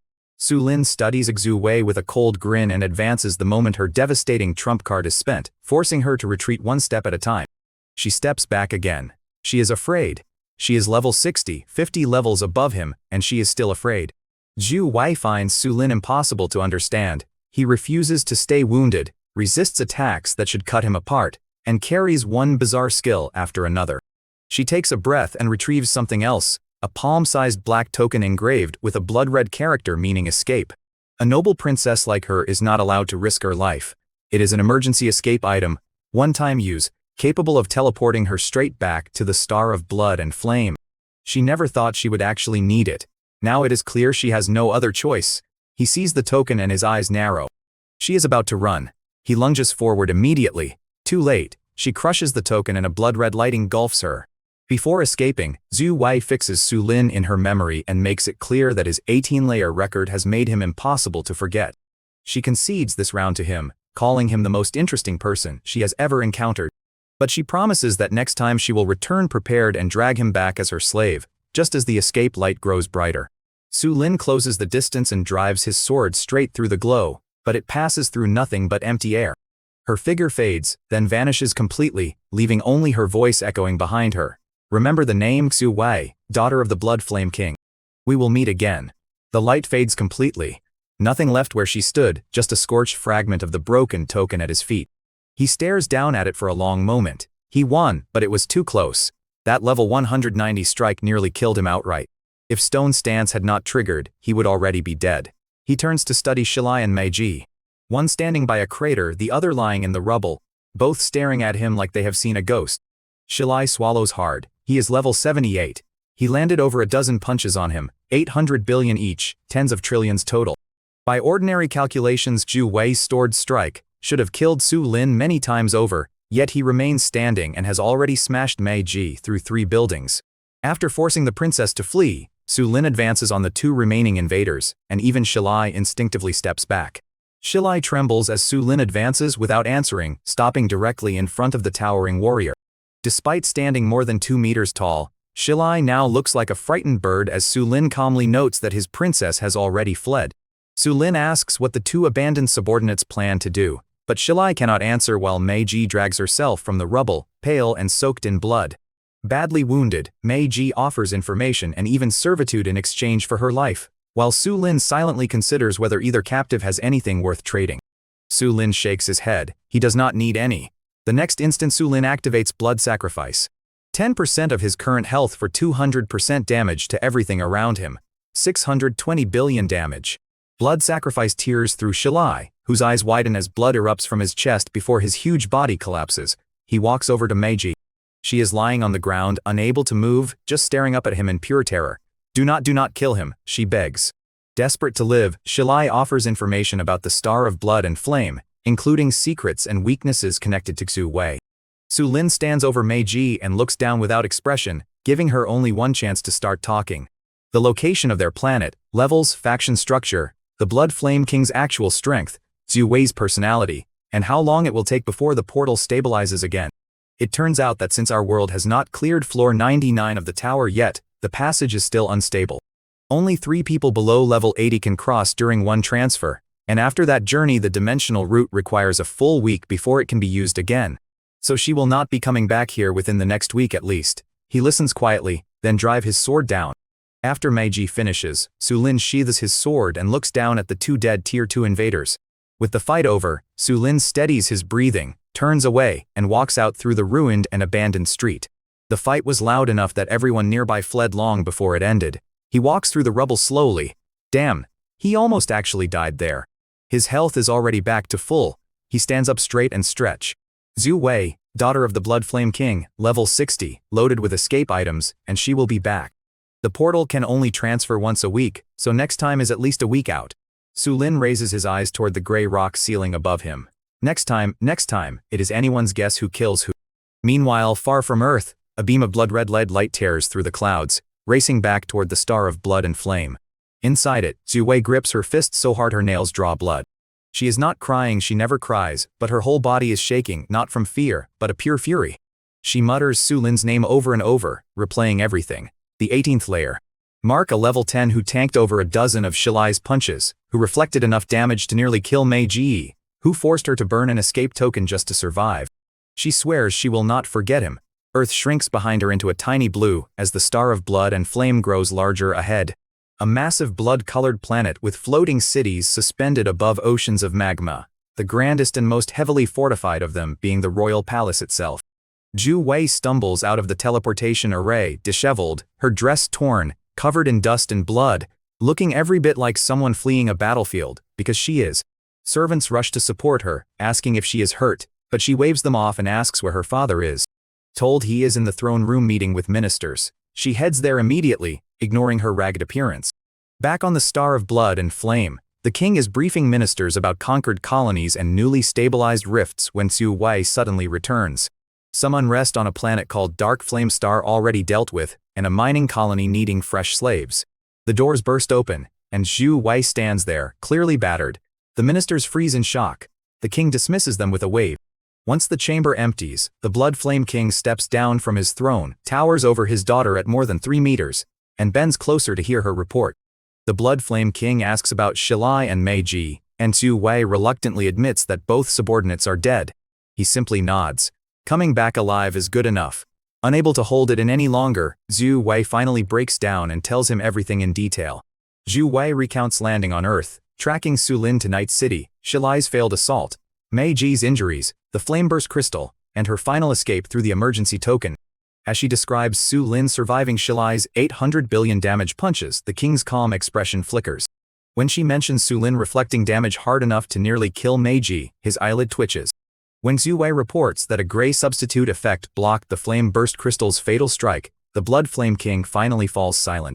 Zhu Wei describes the gray light that blocked the fatal strike, and the Blood Flame King is almost amused that a level 10 fighter possessed a defensive skill capable of stopping even one of his stored attacks.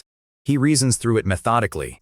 Surviving over a dozen of Shilai's punches and still having strength to counterattack means Su Lin's healing rate is far beyond anything normal, at least hundreds of billions per second. He also points out that Su Lin managed to unleash an area of effect attack even while restrained by Meiji's threads, dealing 500 billion damage to her. The Blood Flame King recognizes blood sacrifice as a percentage-based technique that converts part of Su Lin's current health into roughly double that amount as damage. Because Su Lin still had roughly 1/3 of his health after Shilai's assault, the Blood Flame King estimates that the native's total health pool must already reach several trillion.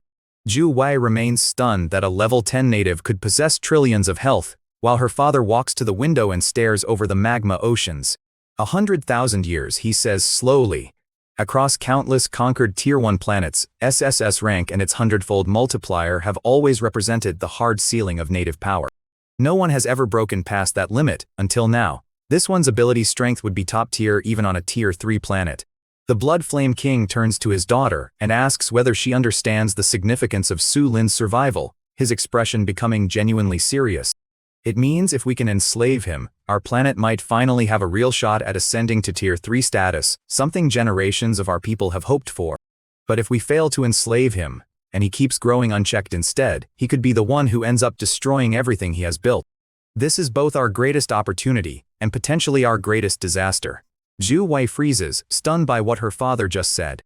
Zhu Wei struggles to believe her father is discussing a Tier 3 future, because their world already ranks among the strongest Tier 2 planets and generations of kings have failed to ascend further.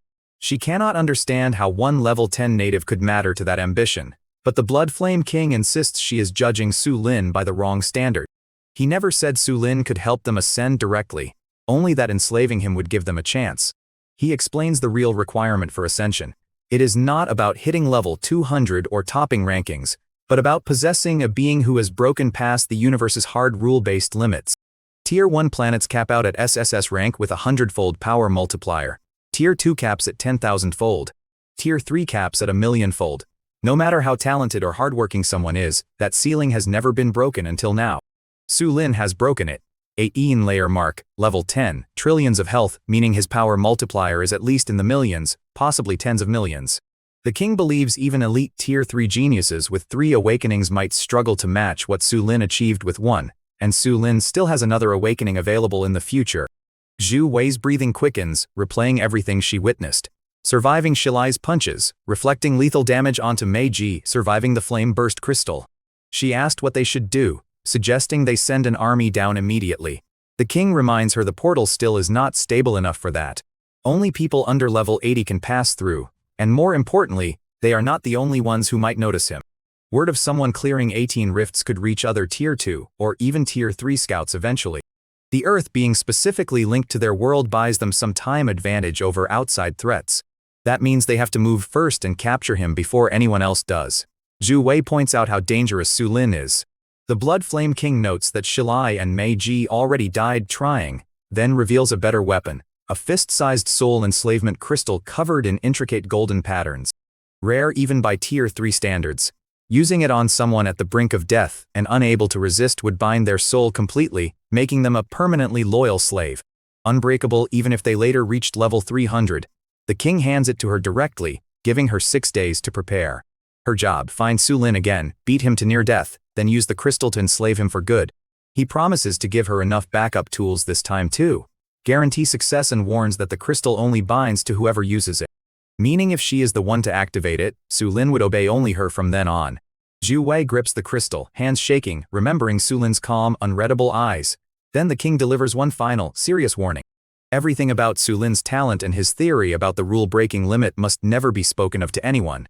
The king orders absolute secrecy because any Tier 2 or Tier 3 power learning about an anomaly that breaks established growth rules would immediately become interested. They will come for him by any means necessary, and the Blood Flame Star would not even get scraps. Zhu Wei nods firmly, understanding completely. The king dismisses her to rest, telling her he will send her back to Earth in 6 days. As she reaches the door, she pauses and asks her father if enslaving Su Lin will really let them ascend to Tier 3. He is quiet for a long time before answering honestly. He does not know. But this is the closest they have ever come to that goal in 100,000 years. And if they miss this chance, it might be another 100,000 years or never again. This attempt has to succeed. After Zhu Wei leaves, the Blood Flame King stares across the magma oceans and quietly wonders what kind of person Su Lin truly is. He is standing in the rubble, staring at the two bodies, Qi Lai and Mei Ji, lying in the wreckage, completely drained of blood. The princess, Zhu Wei, is gone, leaving nothing behind but a scorched fragment of her escape token. The night wind blows past, carrying the smell of blood and burnt flesh. Su Lin lowers his gaze to his hands, still shaking, not from fear, just the adrenaline crash after almost dying. Su Lin knows that fight nearly killed him because a stored level 190 strike dealt 10 quadrillion damage, and the real owner of that power must be vastly stronger. If Stone Stand-In had not triggered, he would be a pile of ash right now. Stone Stand-In, he mutters, pulling up his panel.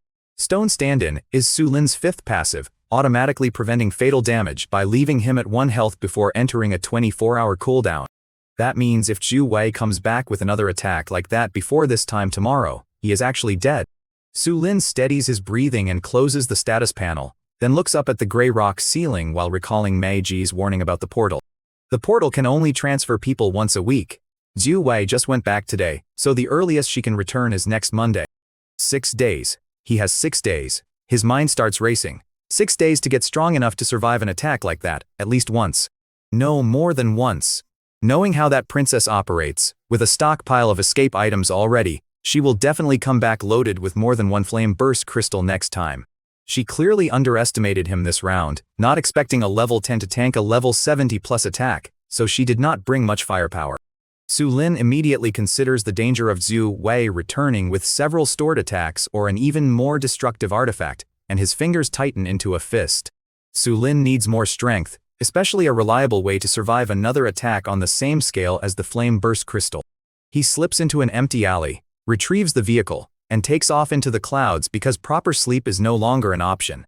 From now on he will sleep on the move, letting the autopilot handle the flying while he rests. Leaning back while autopilot handles the flight, Su Lin brings up his status panel and reviews the 10 new reward skills. Sand resistance, a rock armor shield, poison mist. None of it useful to him anymore, but he has the furnace stone.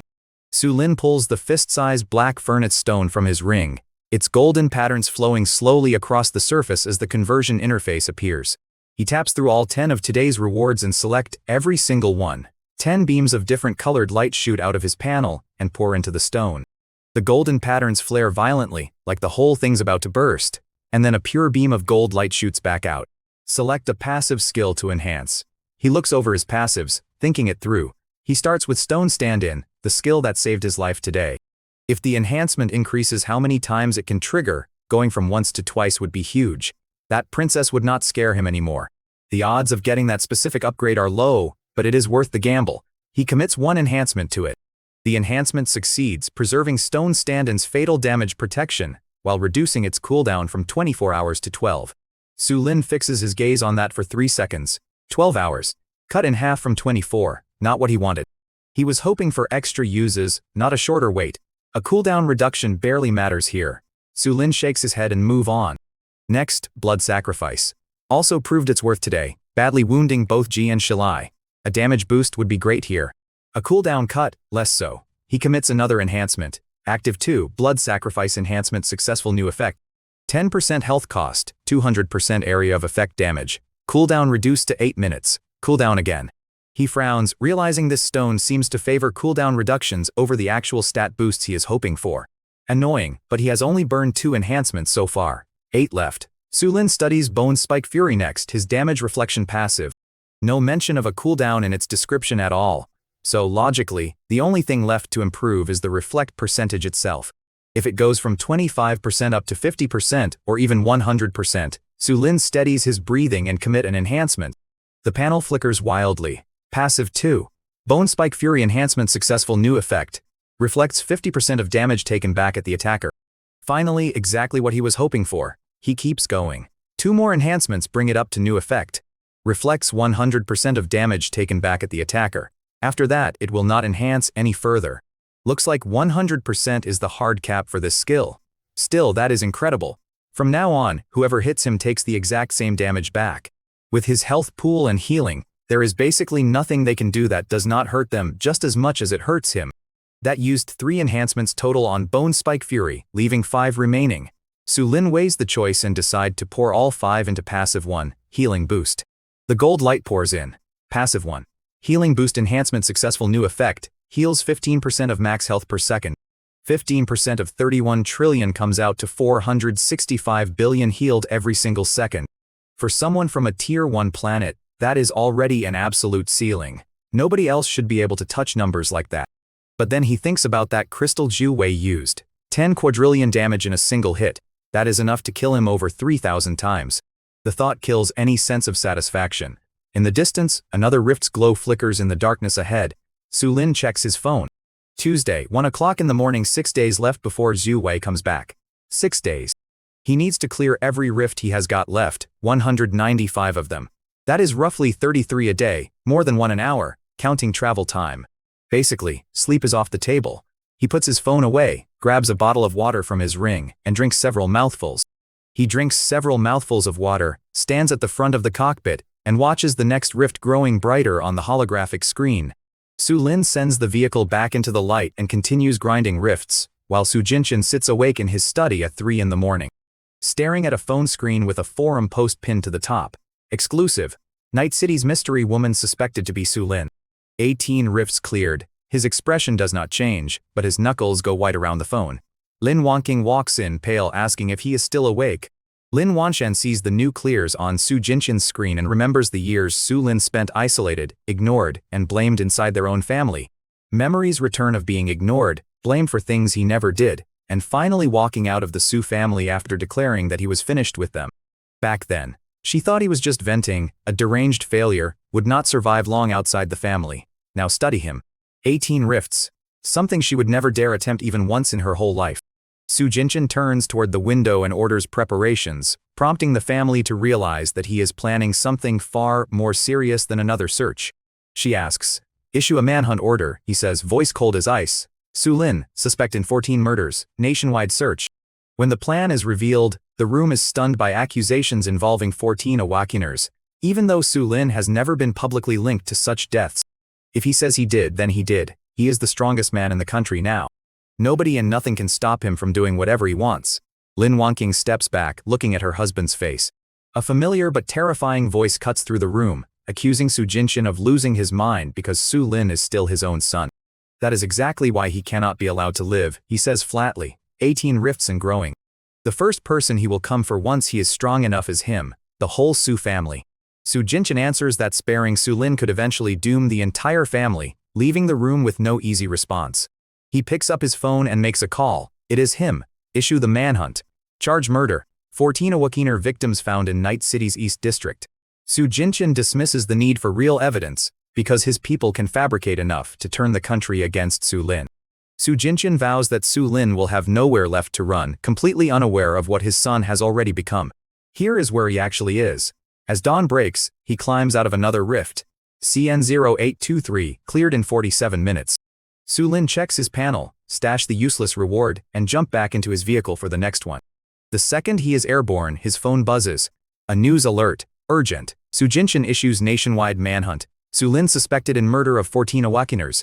Su Lin freezes when the new accusation names 14 awakeners and quickly scans the notice to understand what crime has supposedly been attached to him.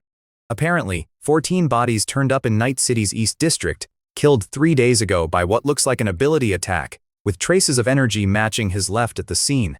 The Su family already submitted evidence to the association. Nationwide manhunt, dead or alive. The comments are a mess.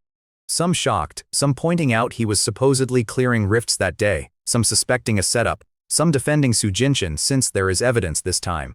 Others reminding everyone he already tried this once before and got overturned by the association. Su Lin fixes his gaze on the headline for 3 seconds, then Su Lin laughs, cold and humorless. A frame up, that is a nasty move. 14 dead people conjured up out of nothing just to paint him as a killer. His so-called father really will do anything to get rid of him. After reading the manhunt order, Su Lin puts the phone away and stays focused because his current disguise already prevents ordinary searchers from recognizing him. Nobody can recognize him. He is not confident he could kill Su Jinchen outright yet either. A blank level 90 deals around 10 billion damage. With his ability multiplier, gear, and passive stacked on top, he is probably hitting in the hundreds of trillions. Since tier 1 people only get 1 awakening, and he does not have any health boosting power, his own health pool definitely is not anywhere near that scale. He has got stone stand-in to absorb 1 hit and reflect it straight back at him. By the math, that reflected damage should kill him outright, but he is not willing to gamble on it. If he has got some kind of life-saving item of his own that he does not know about, he would be the one who ends up dead instead. Once he finishes clearing every rift, hit level 20, get his new passives, and gear up with level 20 legendary equipment, that is when his time runs out. The vehicle accelerates toward the next rift. He does not stop all day. Dawn to noon, 7 rifts. Noon to evening, 8 more. Evening into the night, 9 more. Plus the 2 from early morning, that is 26 total. 26 rifts, 26 useless skills, 26 pieces of future furnace material. He does not melt any of them down right now though. Melting them right now would only boost his healing further, and his healing's already more than enough to clear rifts comfortably. What he actually needs right now is more damage, and even a useless skill still adds a little raw attack power, which means faster clears. Speed is what he is short on. Honestly, he is starting to think melting down that first batch of 10 skills earlier was a bit hasty. He probably should have waited until he would cleared everything, and climbed to 420 of the tower before committing any enhancing NTS. By 11 o'clock in the evening, he crawls out of his last rift of the day, covered head to toe in blood, clothes torn to rags, hair matted with dried blood, face streaked black and red. He looks like something that just crawled out of hell, but he is alive. Behind him the rift, nearly 100 years old, collapses shut like an eye slowly closing, then vanishes completely. He drops down onto the ground, gasping for air, exhausted, genuinely completely exhausted. 27 rifts, a full day and night without sleep. Su Lin lowers his gaze to his hands, still shaking, not from fear this time, just pure fatigue. He cannot push any further today. If he keeps going, he is worried he will actually fall out of the vehicle and die from exhaustion alone. He forces himself up, call out the vehicle, climb into the cockpit, and collapse into the seat. His eyes close. 3 seconds later he is snoring. The vehicle switches to autopilot, flying itself toward the next rift. What he does not know is that while he is sleeping, the entire planet is about to explode with news. The forums have gone completely insane. 26 rifts cleared in a single day, something nobody in 100 years of recorded history has come close to. Most people who ever attempted a rift only managed one and never tried again. Someone calculates that those 26 rifts had existed for over 1,300 years combined and claimed more than 50,000 lives, with 30,000 more dying every year just from monster outbreaks. The Bureau publishes 26 closure notices in a single day, until even its exhausted account administrator posts a joke about being unable to keep up. The exhausted account administrator even posts a dog meme joking about being completely worn out, and the comment section explodes past 5 million. Association Chairman Shin Jojo personally writes a long statement titled, "The Greatest Shift in a Century," declaring that these 26 rifts collectively killed over 50,000 people, and caused 30,000 annual deaths from monster outbreaks. And as of today, all of them are gone. He formally grants the unknown hero the title, Hero of Humanity, along with the association's highest honor, regardless of whether they ever choose to reveal themselves. The military issues a short, but pointed statement personally signed, not stamped with the official seal, but Jian Tiao Chong's own personal seal. From today on, anyone who comes after her is coming after the military too. One of the 5 strongest fighters alive, a level 89 powerhouse, publicly putting his own name behind her protection. Dragon City Academy releases a statement written by old Jiang, refusing to discuss the rift clears but declaring that Su Lin is one of their own, and that any pursuer must face the academy first. Public speculation increasingly points towards Su Lin, because few other people could possess the absurd durability needed to clear lethal rifts at such a pace. And only someone the Su family has tried to destroy would become a hero and still refuse to show his face.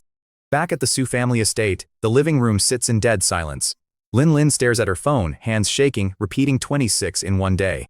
Like she cannot process it, Su Xiao sits nearby, pale, replaying old memories, throwing Su Lin's food in the trash, ignoring him after he stayed up all night helping her with notes, walking past him while he was forced to kneel in the basement. She laughs bitterly, almost crying, wishing she treated him better. Su Ling sits hunched over, shoulders shaking, remembering worse moments. Laughing along when Su Chan mocked a birthday gift Su Lin had saved months of allowance for.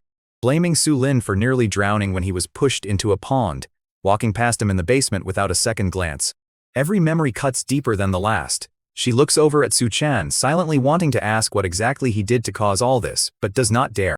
Su Xiao hides in the corner, scrolling through the praise, flooding the comments, whispering that her brother is amazing. Until Lin Wanqing shoots her a look and she clamps her mouth shut, though she cannot hide the excitement in her eyes. Su Jinchen sits at the head of the table, 3 phones laid out, all showing the same statements from the academy, the military, and the association. Each one firmly backing his son. His face stays blank, but his knuckles go white gripping the phone. After a long silence, he stands abruptly. Get things ready. When Lin Wanqing asks what for, he announces a new manhunt bounty. Su Lin, confirmed murderer of 14 awakeners, nationwide search, dead or alive. 10 million points for a tip, 300 million for capturing him alive, 100 million for killing him. Lin Wanqing is horrified. The timing shocks many observers, because the country has just begun celebrating the mysterious clearer as a hero, yet Su Jinchen chooses this exact moment to launch a manhunt. Su Jinchen cuts her off. It is exactly because he is a hero now that this has to happen. He warns that the stronger and more famous Su Lin becomes, the more dangerous he is, clearing 26 rifts in a day now. Others fear what Su Lin could become after another month or year of leveling and collecting rewards from hundreds of rifts. He will come back to settle the score. Nobody in the room can argue. Su Chen finally speaks up, offering to stand with his father. Su Jin just studies him coldly, briefly, and asks if he is even capable of that. Su Chen freezes. Su Jinchen turns and walks out without another word, his back straight, commanding, mountain-like. But no one sees what is on his face as he turns away. For the first time, something flickers across it that looks almost like fear. He is the strongest man alive, the first level 90 in human history, and yet he is afraid. Afraid of the worthless son he spent 18 years grinding down. Afraid of the monster who just cleared 26 rifts in a day. Afraid of what happens if the boy he drove away ever actually comes back. Because deep down he knows if Su Lin really does come for him, there is nothing he can do to stop it. Day 4, 6 o'clock in the morning. He climbs out of another rift, CN0912, cleared in 33 minutes. Su Lin glances at the latest reward, judges it useless, and adds it to a growing list that has now passed 100 skills. Since Sunday morning, he has been grinding non-stop day and night, only sleeping in short stretches while his vehicle flies on autopilot. His phone buzzes. A news alert. Headline way too long for one breath. Breaking. 10th rank dungeon Bloodhellbone Tower, opens today. Only the second time in a century. Level limit under 30. A true test of health. His eyes snap open and he sits up straight, pulling it open. It is trending number 1, comments piling up by the thousands every minute. People are pointing out this is ranked over 300 spots higher in difficulty than the worst rift he has cleared so far. Some users joke that a health testing dungeon sounds designed for the mystery hero, while others doubt she would interrupt her nationwide rift clearing spree. Some viewers doubt the hero will attempt the dungeon, especially after clearing 101 rifts in only 3 days. His fingers freeze on the screen. 1,400 kilometers. His current position is only 1,100 kilometers from there, 20 minutes away. Su Lin reads the full profile. Blood Hell Bone Tower, 10th rank difficulty, open for 7 days, appearing for only the second time in a century, with entry restricted to people below level 30. Solo dungeon known info, places extreme demands on the entrance health pool, clearing it grants a unique grade item or skill. Clearing every floor grants a unique grade skill. History, open once 50 years ago. 3,700 people entered. Survivors 0.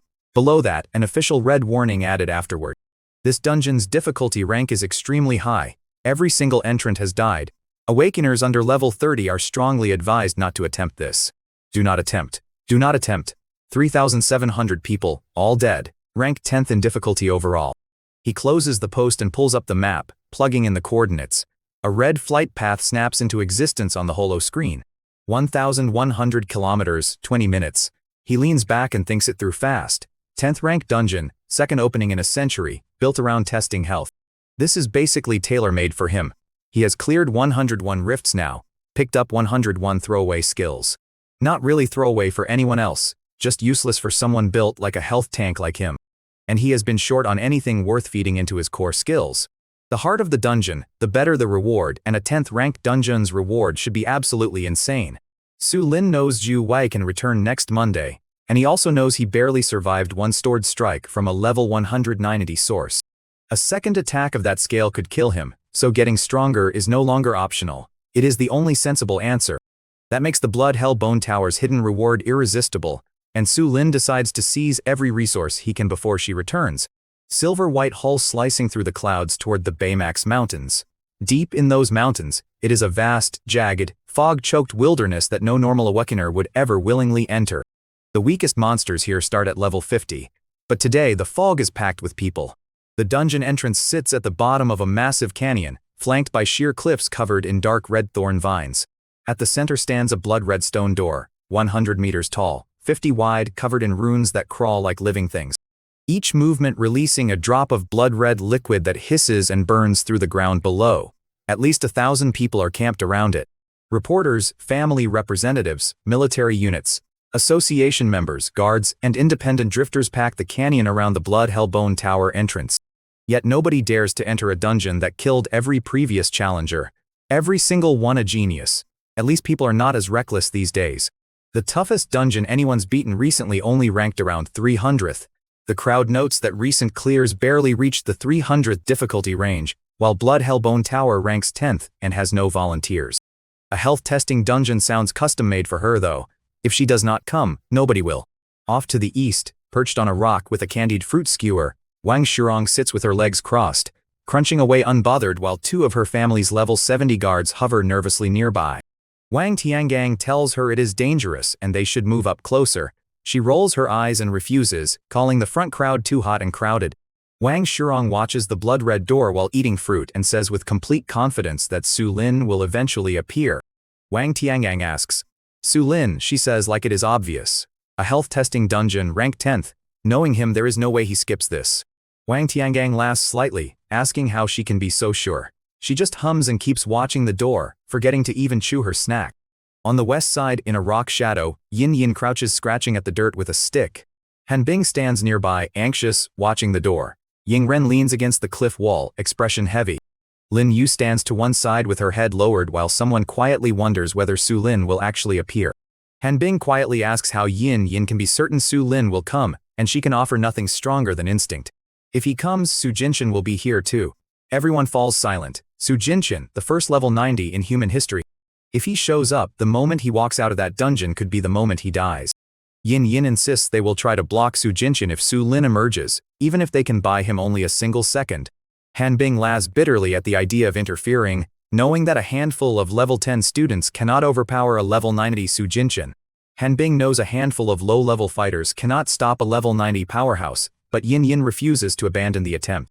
Her reason is simple. Su Lin is her brother, and a sudden disturbance in the crowd cuts the argument short. At the canyon entrance, a figure walks slowly forward, an old man in his 80s, white hair, deeply wrinkled, slightly hunched, wearing a faded gray coat. He walks steady and unhurried, like none of the chaos around him matters at all. The crowd parts automatically, not out of respect, just confusion. The crowd notices the disguised old man approaching the 10th rank dungeon, and begins wondering why someone so frail would walk toward certain death. He ignores everyone, walks straight up to the stone door, stops, studies it for 3 seconds, and steps inside. "Whoa," someone shouts. The crowd erupts when the disguised old man moves toward the entrance, warning that entering the 10th ranked dungeon is practically a death sentence. Someone stop him. Too late. His foot's already crossed the threshold. The runes flare violently, the dripping blood speeding up until it merges into a single beam of red light that engulfs him completely. A flash and he is gone. Dead silence falls over the crowd. Then he went in. He actually went in. A few observers mock the old man until one person notices how steady and deliberate his footsteps actually are. It looked just like that hero's walk. The mystery woman from the forums. Even disguised as an old man, someone screams. It is her. It is the hero. She is disguised. The whole crowd erupts. Reporters scramble forward, but the door's already sealed shut. The runes calm again like nothing happened. The hero went in. She is inside Bloodheld Bone Tower. Get this out now. Now, total chaos breaks out across the canyon. At the top of the cliff, a figure stands with arms folded behind his back. Su Jinshin, dressed in black combat gear, his level 90 badge gleaming in the morning light. 20 black cloud warriors stand behind him, all level 70 or higher, radiating a deathly calm. He glances down at the door, then at the chaos surrounding it. His face shows nothing. It is him, he says quietly, only loud enough for his own men to hear. He went in. We wait. The moment he comes out, that is the moment he dies. His men respond in unison. Back on her rock, Wang Shurong's candied fruit drops from her hand. She stares at the door, eyes burning bright. Knew it. She mutters, unable to stop smiling. Then she turns toward the cliff top, sees the black figure standing there, and her expression darkens. Su Jinshin here, she says. He is going to ambush him at the exit. Wang Tiangang sighs beside her. Shurong, this is not something we can interfere with. He is level 90, the strongest man alive. He cannot stop him. She says nothing, just stares at the door, fists clenched tight. In the shadows on the west side, Yinyan spots the same figure on the cliff top and goes pale. Wang Shurong quietly realizes that Su Lin really has entered, while Han Bing's expression darkens at the thought of what will happen when he comes back out. Ingram cuts in. Let us worry about whether he comes out at all first. Everyone freezes for a moment. Ingram keeps staring at the door, expression complicated. 10th ranked dungeon, 3,700 people, all dead. Whether he survives this at all is not even guaranteed yet. Yinyan bites her lip, unable to say anything. Lin Yu finally raises his gaze eyes on the door and speaks quietly. He will come out. He promised us he would. Su Lin steps through the stone door. Behind him, all the shouting and chaos cuts off instantly, swallowed by silence. Darkness, then a sudden flash of light. Su Lin finds himself inside a massive tower built entirely from bone. Real bone. The walls, floor, and ceiling are built from human ribs, leg bones, skulls, monster spines, claws, and fangs packed so densely that even Su Lin feels uneasy. The whole structure stretches up further than he can see, held by bone pillars carved with twisted runes that pulse with blood-red light, like a slow heartbeat. In the center stands a massive bone tablet with blood-red text carved across it. Blood Hell Bone Tower 100 Floor Trial Rule. Survive 1 minute on each floor to advance. Floors 1 to 50, monster difficulty increases every floor. No exit allowed. Survive or die. The tower explains that from floor 51 onward, each cleared floor allows Su Lin to exit and claim a matching reward, with higher floors granting better prizes. Maximum floor 100. Reaching it grants a unique grade skill. Historical record, floor 43, 5,300 years ago, set by Neo Ermin of Coward Star. Note, the record holder has since perished. Current floor 1 monster Blood-Tide Worms X 1000. Stats level 1, attack 100, health 100, clear condition, survive 60 seconds countdown. 60 seconds the instant he finishes reading, the bone platform under his feet starts shaking violently. Pieces of bone crack off the edges, falling into a sea of blood-red mist where twisted faces tear them apart and swallow them whole. The platform is visibly shrinking by the second, and the monsters are climbing up from below. Blood-red worms, palm-sized but absurdly numerous, crawling out of every gap and crack, swarming toward him like a tide. He stands still and let the first one latch onto his foot, sinking its tiny fanged mouth into him. Minus 100 damage. Reflect 100. Its body locks up instantly, head splitting open while its jaws are still clamped to his foot. It twitches once, splits in half, and dies on the spot. Then the second one, the third, the fourth. They pile up into a mound, completely burying him underneath, biting him hundreds of times a second, each bite reflecting straight back and killing them instantly. He is his panel. Current health, 31 trillion healing per second. For 165 billion, this damage is not even a tickle. He just stands there and let them eat away at nothing. 10 seconds, 20, 30. The worms get more desperate, dying faster and faster. Some explode into a puddle of blood the second they bite down. Blood and worm corpses pool across the platform, flowing like a river. 50 seconds. The platform shrunk down to barely 10 meters across. Worms keep coming, but their numbers are clearly thinning. 58, 59, 60. Ding, floor 1 cleared. Remaining health, 31 trillion. Welcome to floor 2. The platform suddenly drops out from under him and he falls straight down into nothing, wind screaming past, an endless red void below. Twisted faces reach out from the mist trying to grab him, but every time they get close, they shriek and recoil like they have touched fire. He knows exactly why. His health pool is so thick that even these illusions cannot bring themselves to touch him. Floor 2, Bone Spike Forest. He falls for 10 seconds before landing on solid ground again. The next stage resembles a forest only in shape, because every towering trunk is made from pale and gray-black bone. Human ribs, monster spines, giant unidentifiable claw bones, some reaching 100 meters tall. Branches made of bone hung with sun-dried corpses swinging gently in the wind like a forest of hanged men. Around the edges of the platform, dense fields of bone spikes are creeping toward him. Current floor 2 monster, Bone Spike Forest. Living stats, no health, deals 1000 piercing damage per second within platform range clear condition. Survive 60 seconds countdown. 60 seconds the instant the text finishes, a spike erupts straight up out of the bone beneath his feet. 1000. Another one, 1000. Another, 1000. Spikes burst up like weeds after rain, springing from every inch of the floor. Some thin as a finger, some thick as his arm, one driving straight up through the sole of his foot. He just stands there and let them all hit. 10 hits a second, 1000 each. 10,000 damage a second against his 465 billion healing per second. That is not even a rounding error.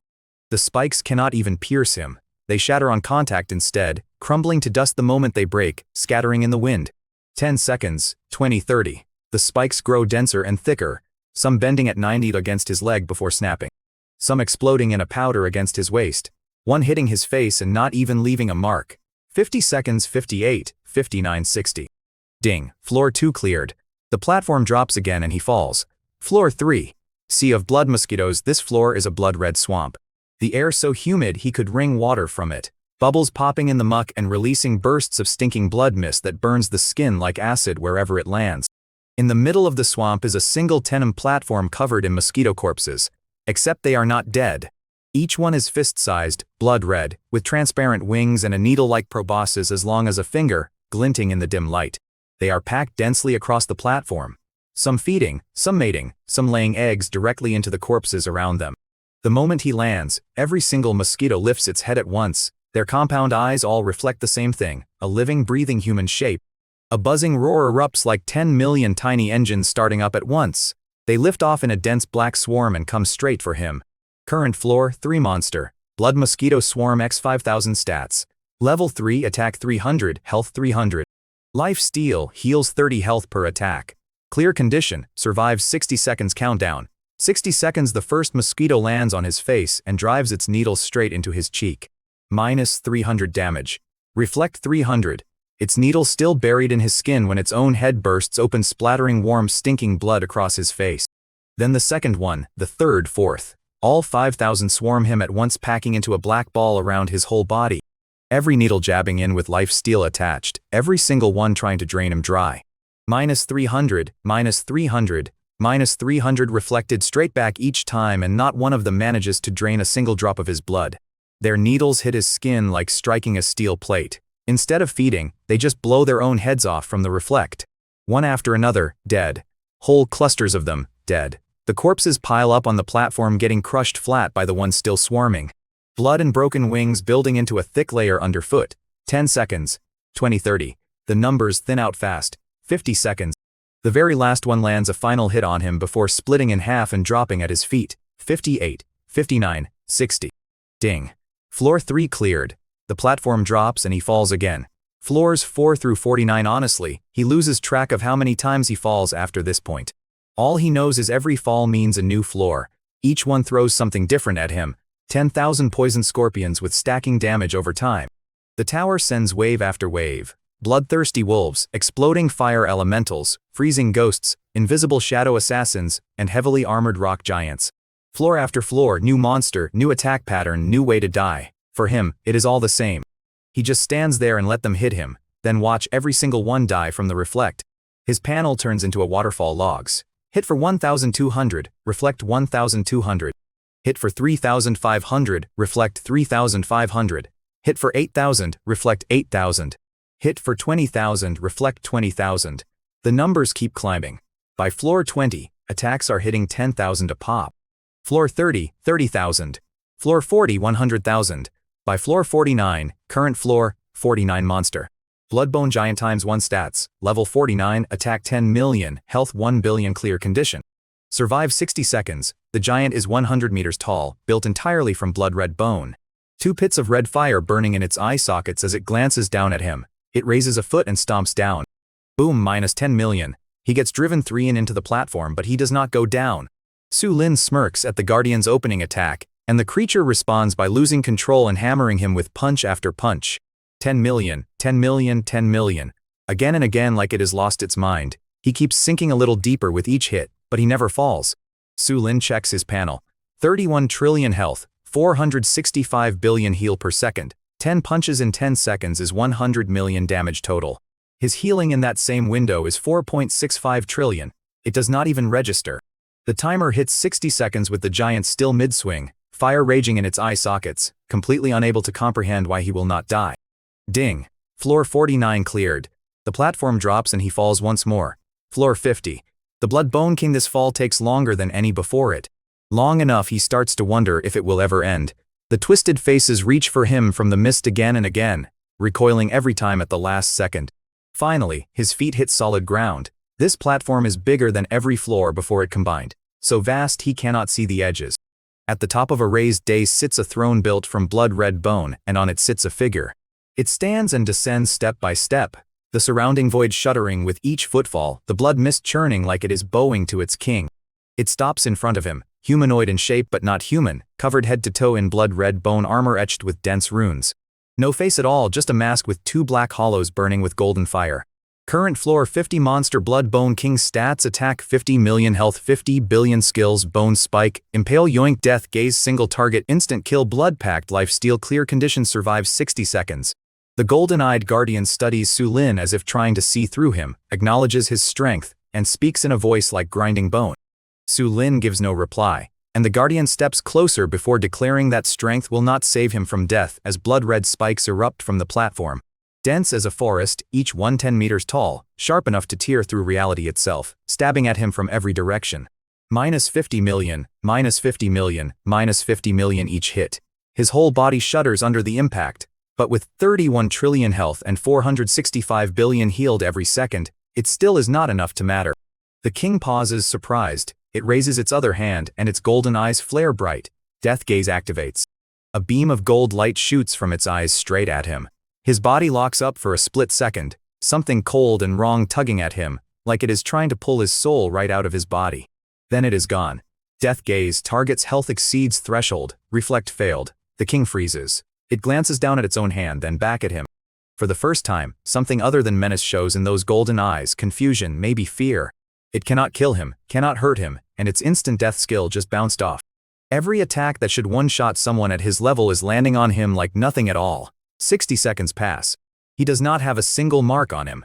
The king stands across from him trembling. Ding. Floor 50 cleared. Congratulations. The system presents a reward choice. Su Lin can exit with the floor 50 reward or continue into floor 51. The tower repeats that after every cleared floor, Su Lin may either continue upward or leave with the reward earned at that stage. Su Lin fixes his gaze on the choice for less than a second. Continue. The platform drops and he falls again. Floors 51 through 89 this time, everything changes. Starting from floor 51, it is no longer waves of regular monsters, it is guardians. 1 per floor, but each one alone is scarier than every monster from every floor before it combined. Floor 51's guardian, a blood armor warrior, 80 million attack, 80 billion health, wielding a giant sword that hits for 80 million per swing. He let it swing at him for 60 seconds. It manages 40 swings before the reflect kills it on its own. Floor 52 brings a blood wing witch with 100 million attack, 100 billion health, flight, teleportation, and rapid area attacks. He let her hit him the whole 60 seconds. She runs out of mana at the 50-second mark and falls out of the sky, dead. Floor 53, 54, 55. Every guardian is stronger than the last. Higher attack, weirder skills, some drain life, some bypass defense, some try instant kills, some try crowd control. None of it matters to him. He just stands there and let them hit him, then watch the reflect tear them apart. By floor 60, the Guardian's attack is up to 500 million. By 70, it is 5 billion. By 80, 50 billion. By 85, 500 billion. His health is 31 trillion. A 500 billion punch could kill him in 6 hits. But none of them ever land 6 hits because his reflect is at 100% now. Every hit they land on him, they take the exact same damage back. Most of these Guardians do not have anywhere near 31 trillion health themselves, so 2 or 3 hits and they are already dead.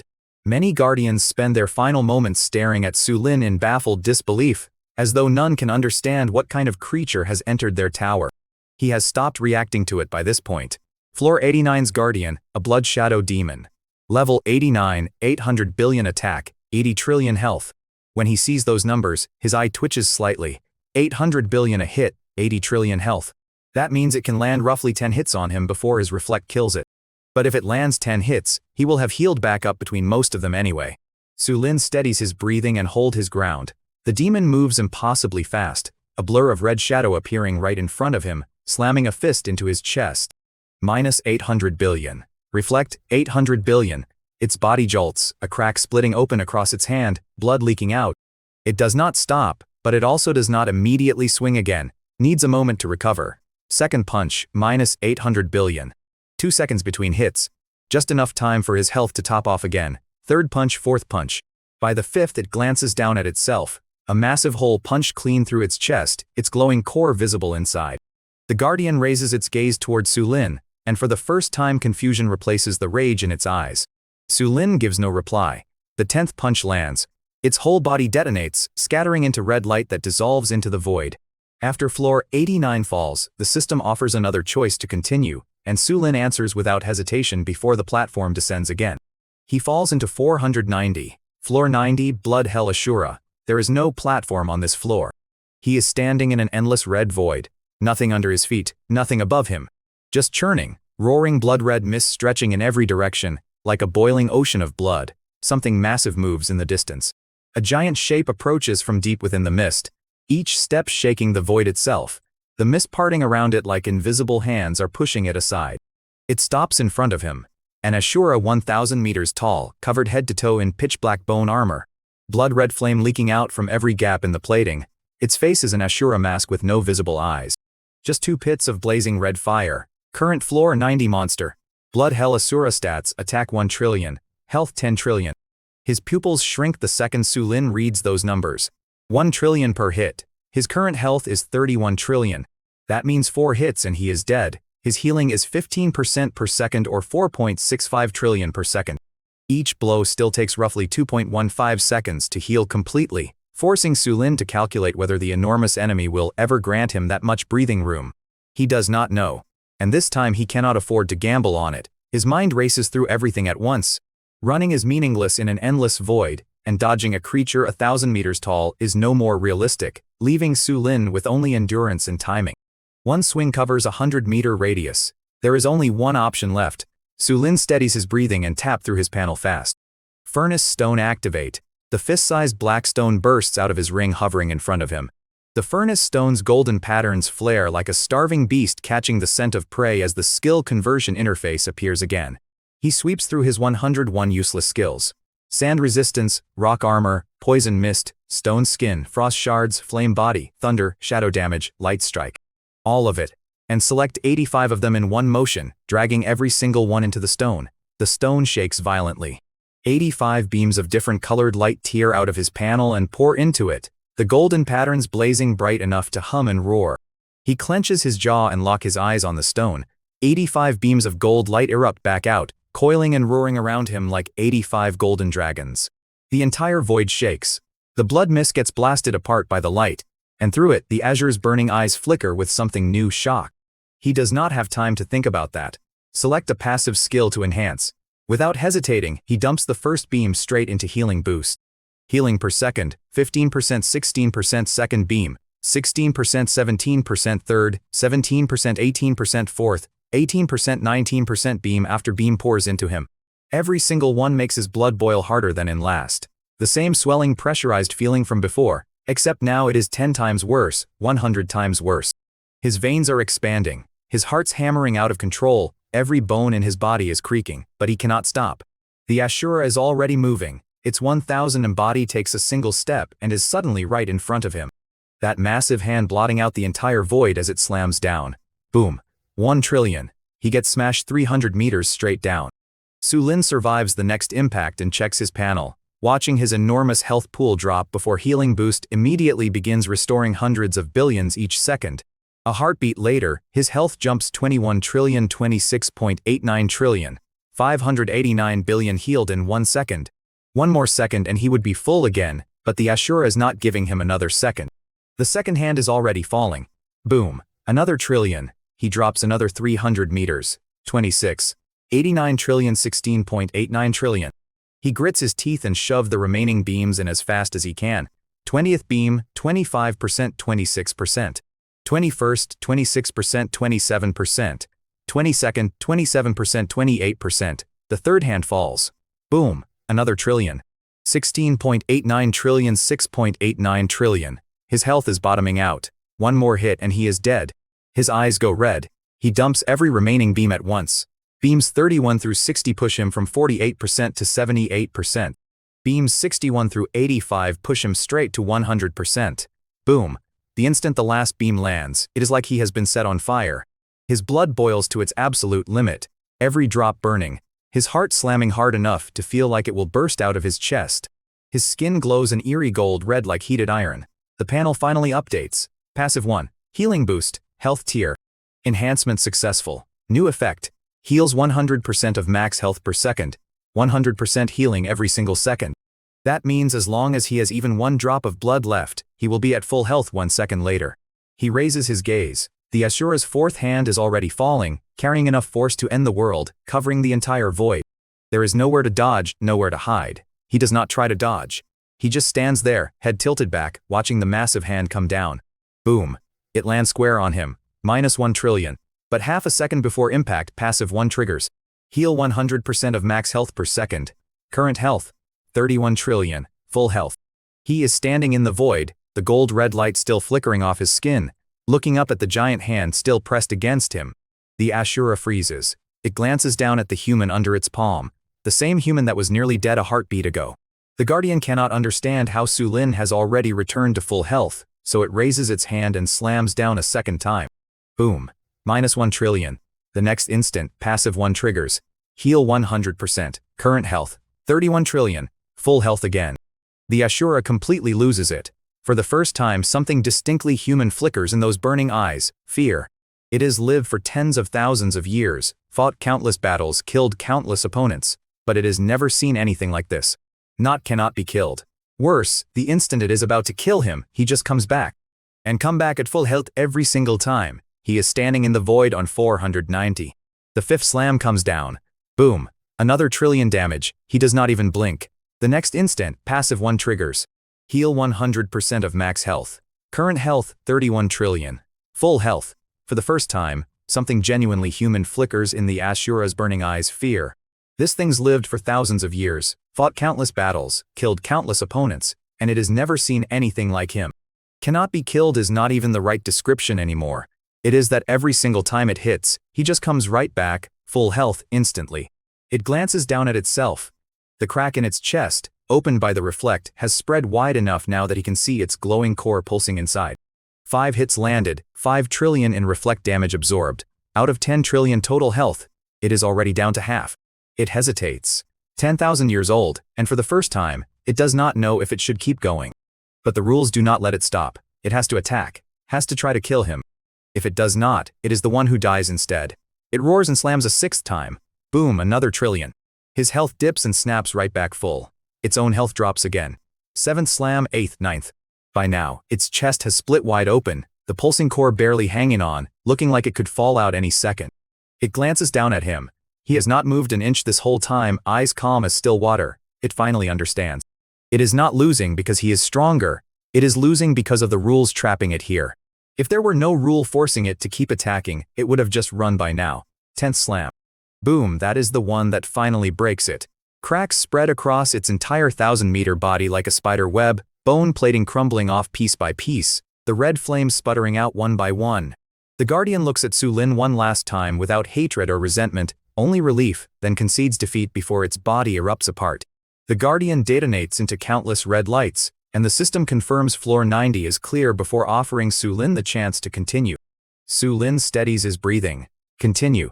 Floors 91 through 99, each floor is another Ashura. Attack climbing steadily. 1.1 trillion on floor 91, 1.2 trillion on 92, all the way up to 1.9 trillion by floor 99. By now it is just routine. They hit him, he heals back instantly, they take the reflect, they die. Ding, floor 99 cleared. Welcome to the final floor, floor 100. Lord of Blood Hell, this time the platform does not drop. It rises instead. The blood-red mist parts. The twisted faces disappear. The endless void reshapes itself into a massive palace, so tall he cannot see the ceiling, so wide he cannot see the wall's edges. Every surface carved with reliefs of war. Humans, monsters, Ashuras, countless unrecognizable beings locked in combat, bleeding, dying. At the center stands a raised platform, and on it, a throne made of blood-red bone that still pulses like it is alive. Sitting on the throne is a figure, not really a person, but a humanoid shape built entirely from dense, interlocking blood-red bones, faceless, like a statue made of skeleton. It stands. The entire palace shakes. It descends step by step, each footfall cracking the floor open. Dark red light and suffocating pressure pouring out of every crack. It stops in front of him, 100 meters tall, like a small mountain, looking down at him with hollow, empty eye sockets. But he can tell it is watching him. Current floor, 100 monster, Lord of Blood Hell attack, 30 trillion health, 300 trillion skills, non-description needs no skills. The final enemy believes repeated punches will eventually exhaust Su Lin's survival, but the numbers on the health bar make its confidence begin to crack. 30 trillion per hit, 300 trillion total health. That means a single hit from it cost him a full second to heal back from. And to kill it through reflect damage alone, he needs to take 100 hits, 100 punches. Su Lin steadies his breathing and looks up at the 100-meter bone giant as it stares back down at him. We hold the silence for 3 seconds, then it moves. It raises its massive bone hand and slams down. Boom, minus 30 trillion. He gets driven 3 meters into the ground, but his health snaps right back full instantly. Passive 1 triggers, heal 100%. Su Lin raises his eyes toward it. It glances down at its own hand. A small crack appears, but it does not stop the assault. Another punch lands for 30 trillion damage, sending Su Lin 3 meters deeper before his health immediately restores itself. Another crack spreads across its hand. Third punch, fourth, fifth. By the 10th, its hand is half shattered. It does not stop. By the 20th, its wrist is cracked through. 30th, its forearm. 40th, the elbow joint shatters completely. 50th, the whole arm snaps in half and crumbles to dust on the ground. It glances down at the stump where its arm used to be. Then raises its other hand and keeps going. 51st punch, 60th, 70th, 80th. By the 81st, its second arm goes too. It is standing there now with no arms left at all. So it switches to its legs, stomping down instead. 82nd, 83rd, 84th, all the way to 99th. By now its entire body is in ruins, chunks of bone crumbling away constantly. A massive hole blown through its chest where he can see its blood-red core pulsing wildly. It glances down at him. For the first time, something other than rage or fear shows in its empty eye sockets, pure confusion. After another crushing exchange, Su Lin climbs from the crater and stands upright while the enemy struggles to understand why he is still alive. This thing's lived for 100,000 years, seen countless challengers come through here, but never anyone like him. Someone who just stands there and lets it hit, then kills it purely through reflect damage, 100 punches. It threw 100 punches at him, and it is the one who ends up dead. Then, unexpectedly, it laughs. That faceless face somehow manages an expression. Good, good, good. It says it 3 times. Its body detonates, bone fragments scattering everywhere. The blood-red core rolls out of its shattered chest and comes to a stop at his feet, still pulsing. Then a voice echoes through Su Lin's mind, declaring that in 100,000 years he is the first challenger to reach this level of satisfaction. The voice recognizes Su Lin as the first worthy challenger and announces that a unique reward is now his. The core explodes, dissolving into countless points of red light that pour into his body. His whole body jolts. The power is overwhelming, like he is about to burst from the inside. Not pain, pressure, something growing wildly inside him. Every cell shaking under the strain. It lasts a full 10 seconds before everything finally settles. He opens his eyes. Golden text slowly forms in front of him, Congratulations on clearing floor 100 of Bloodhellbone Tower. The system grants the unique grade active skill Twin Body, which can split off a clone sharing Sulin's level, strength, abilities, and skills. Any growth from either body, level, ability, skills, is shared instantly with the other. The clone cannot be tracked by any energy-based tracking method. Both bodies share a single life. If either one dies, the other becomes the sole remaining body. Only one clone can exist at a time. Cooldown 30 days. Sulin fixes his gaze on the golden text for several moments. Twin Body can create one clone with all of Sulin's current level, abilities, skills, and combat strength. Growth from either body shares instantly with the other. Untraceable by any energy-based tracking. Both bodies share one life. Sulin reads the twin body description 3 times, steadies his breathing, and starts calculating what a second body truly means.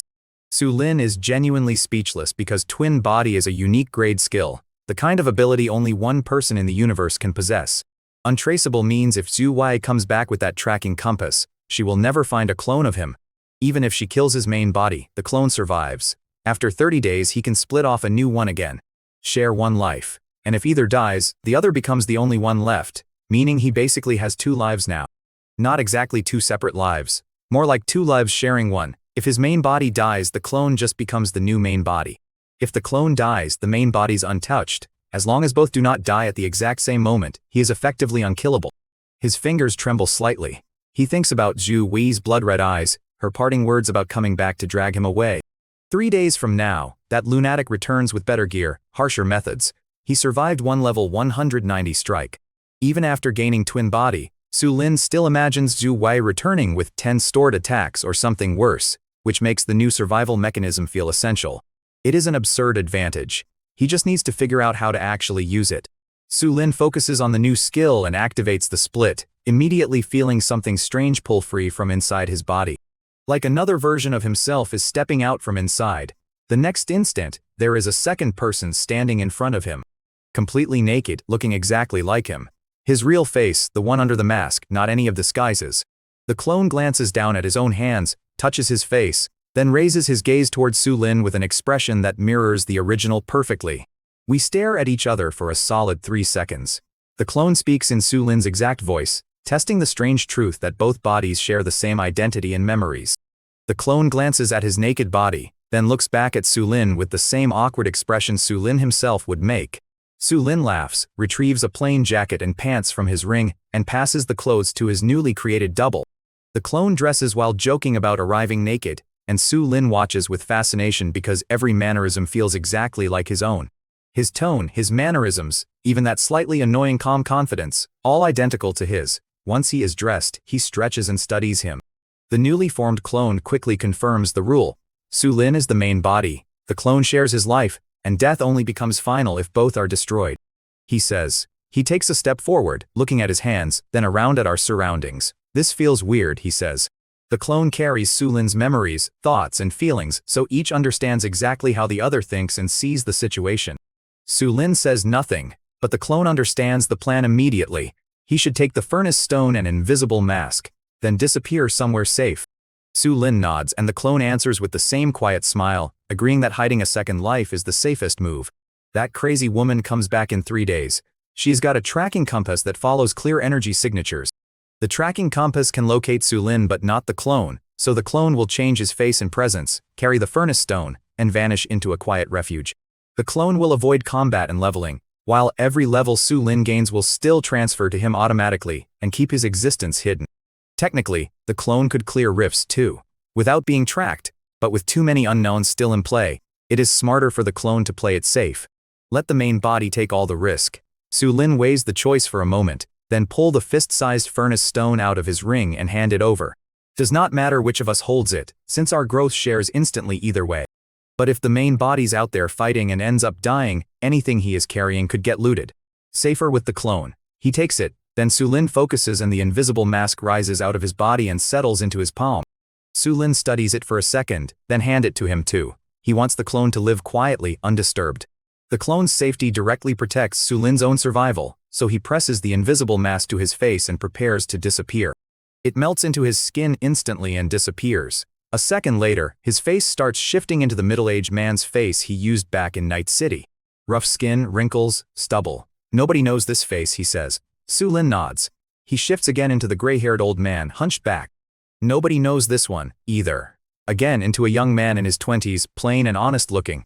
This one works too. He cannot help but laugh.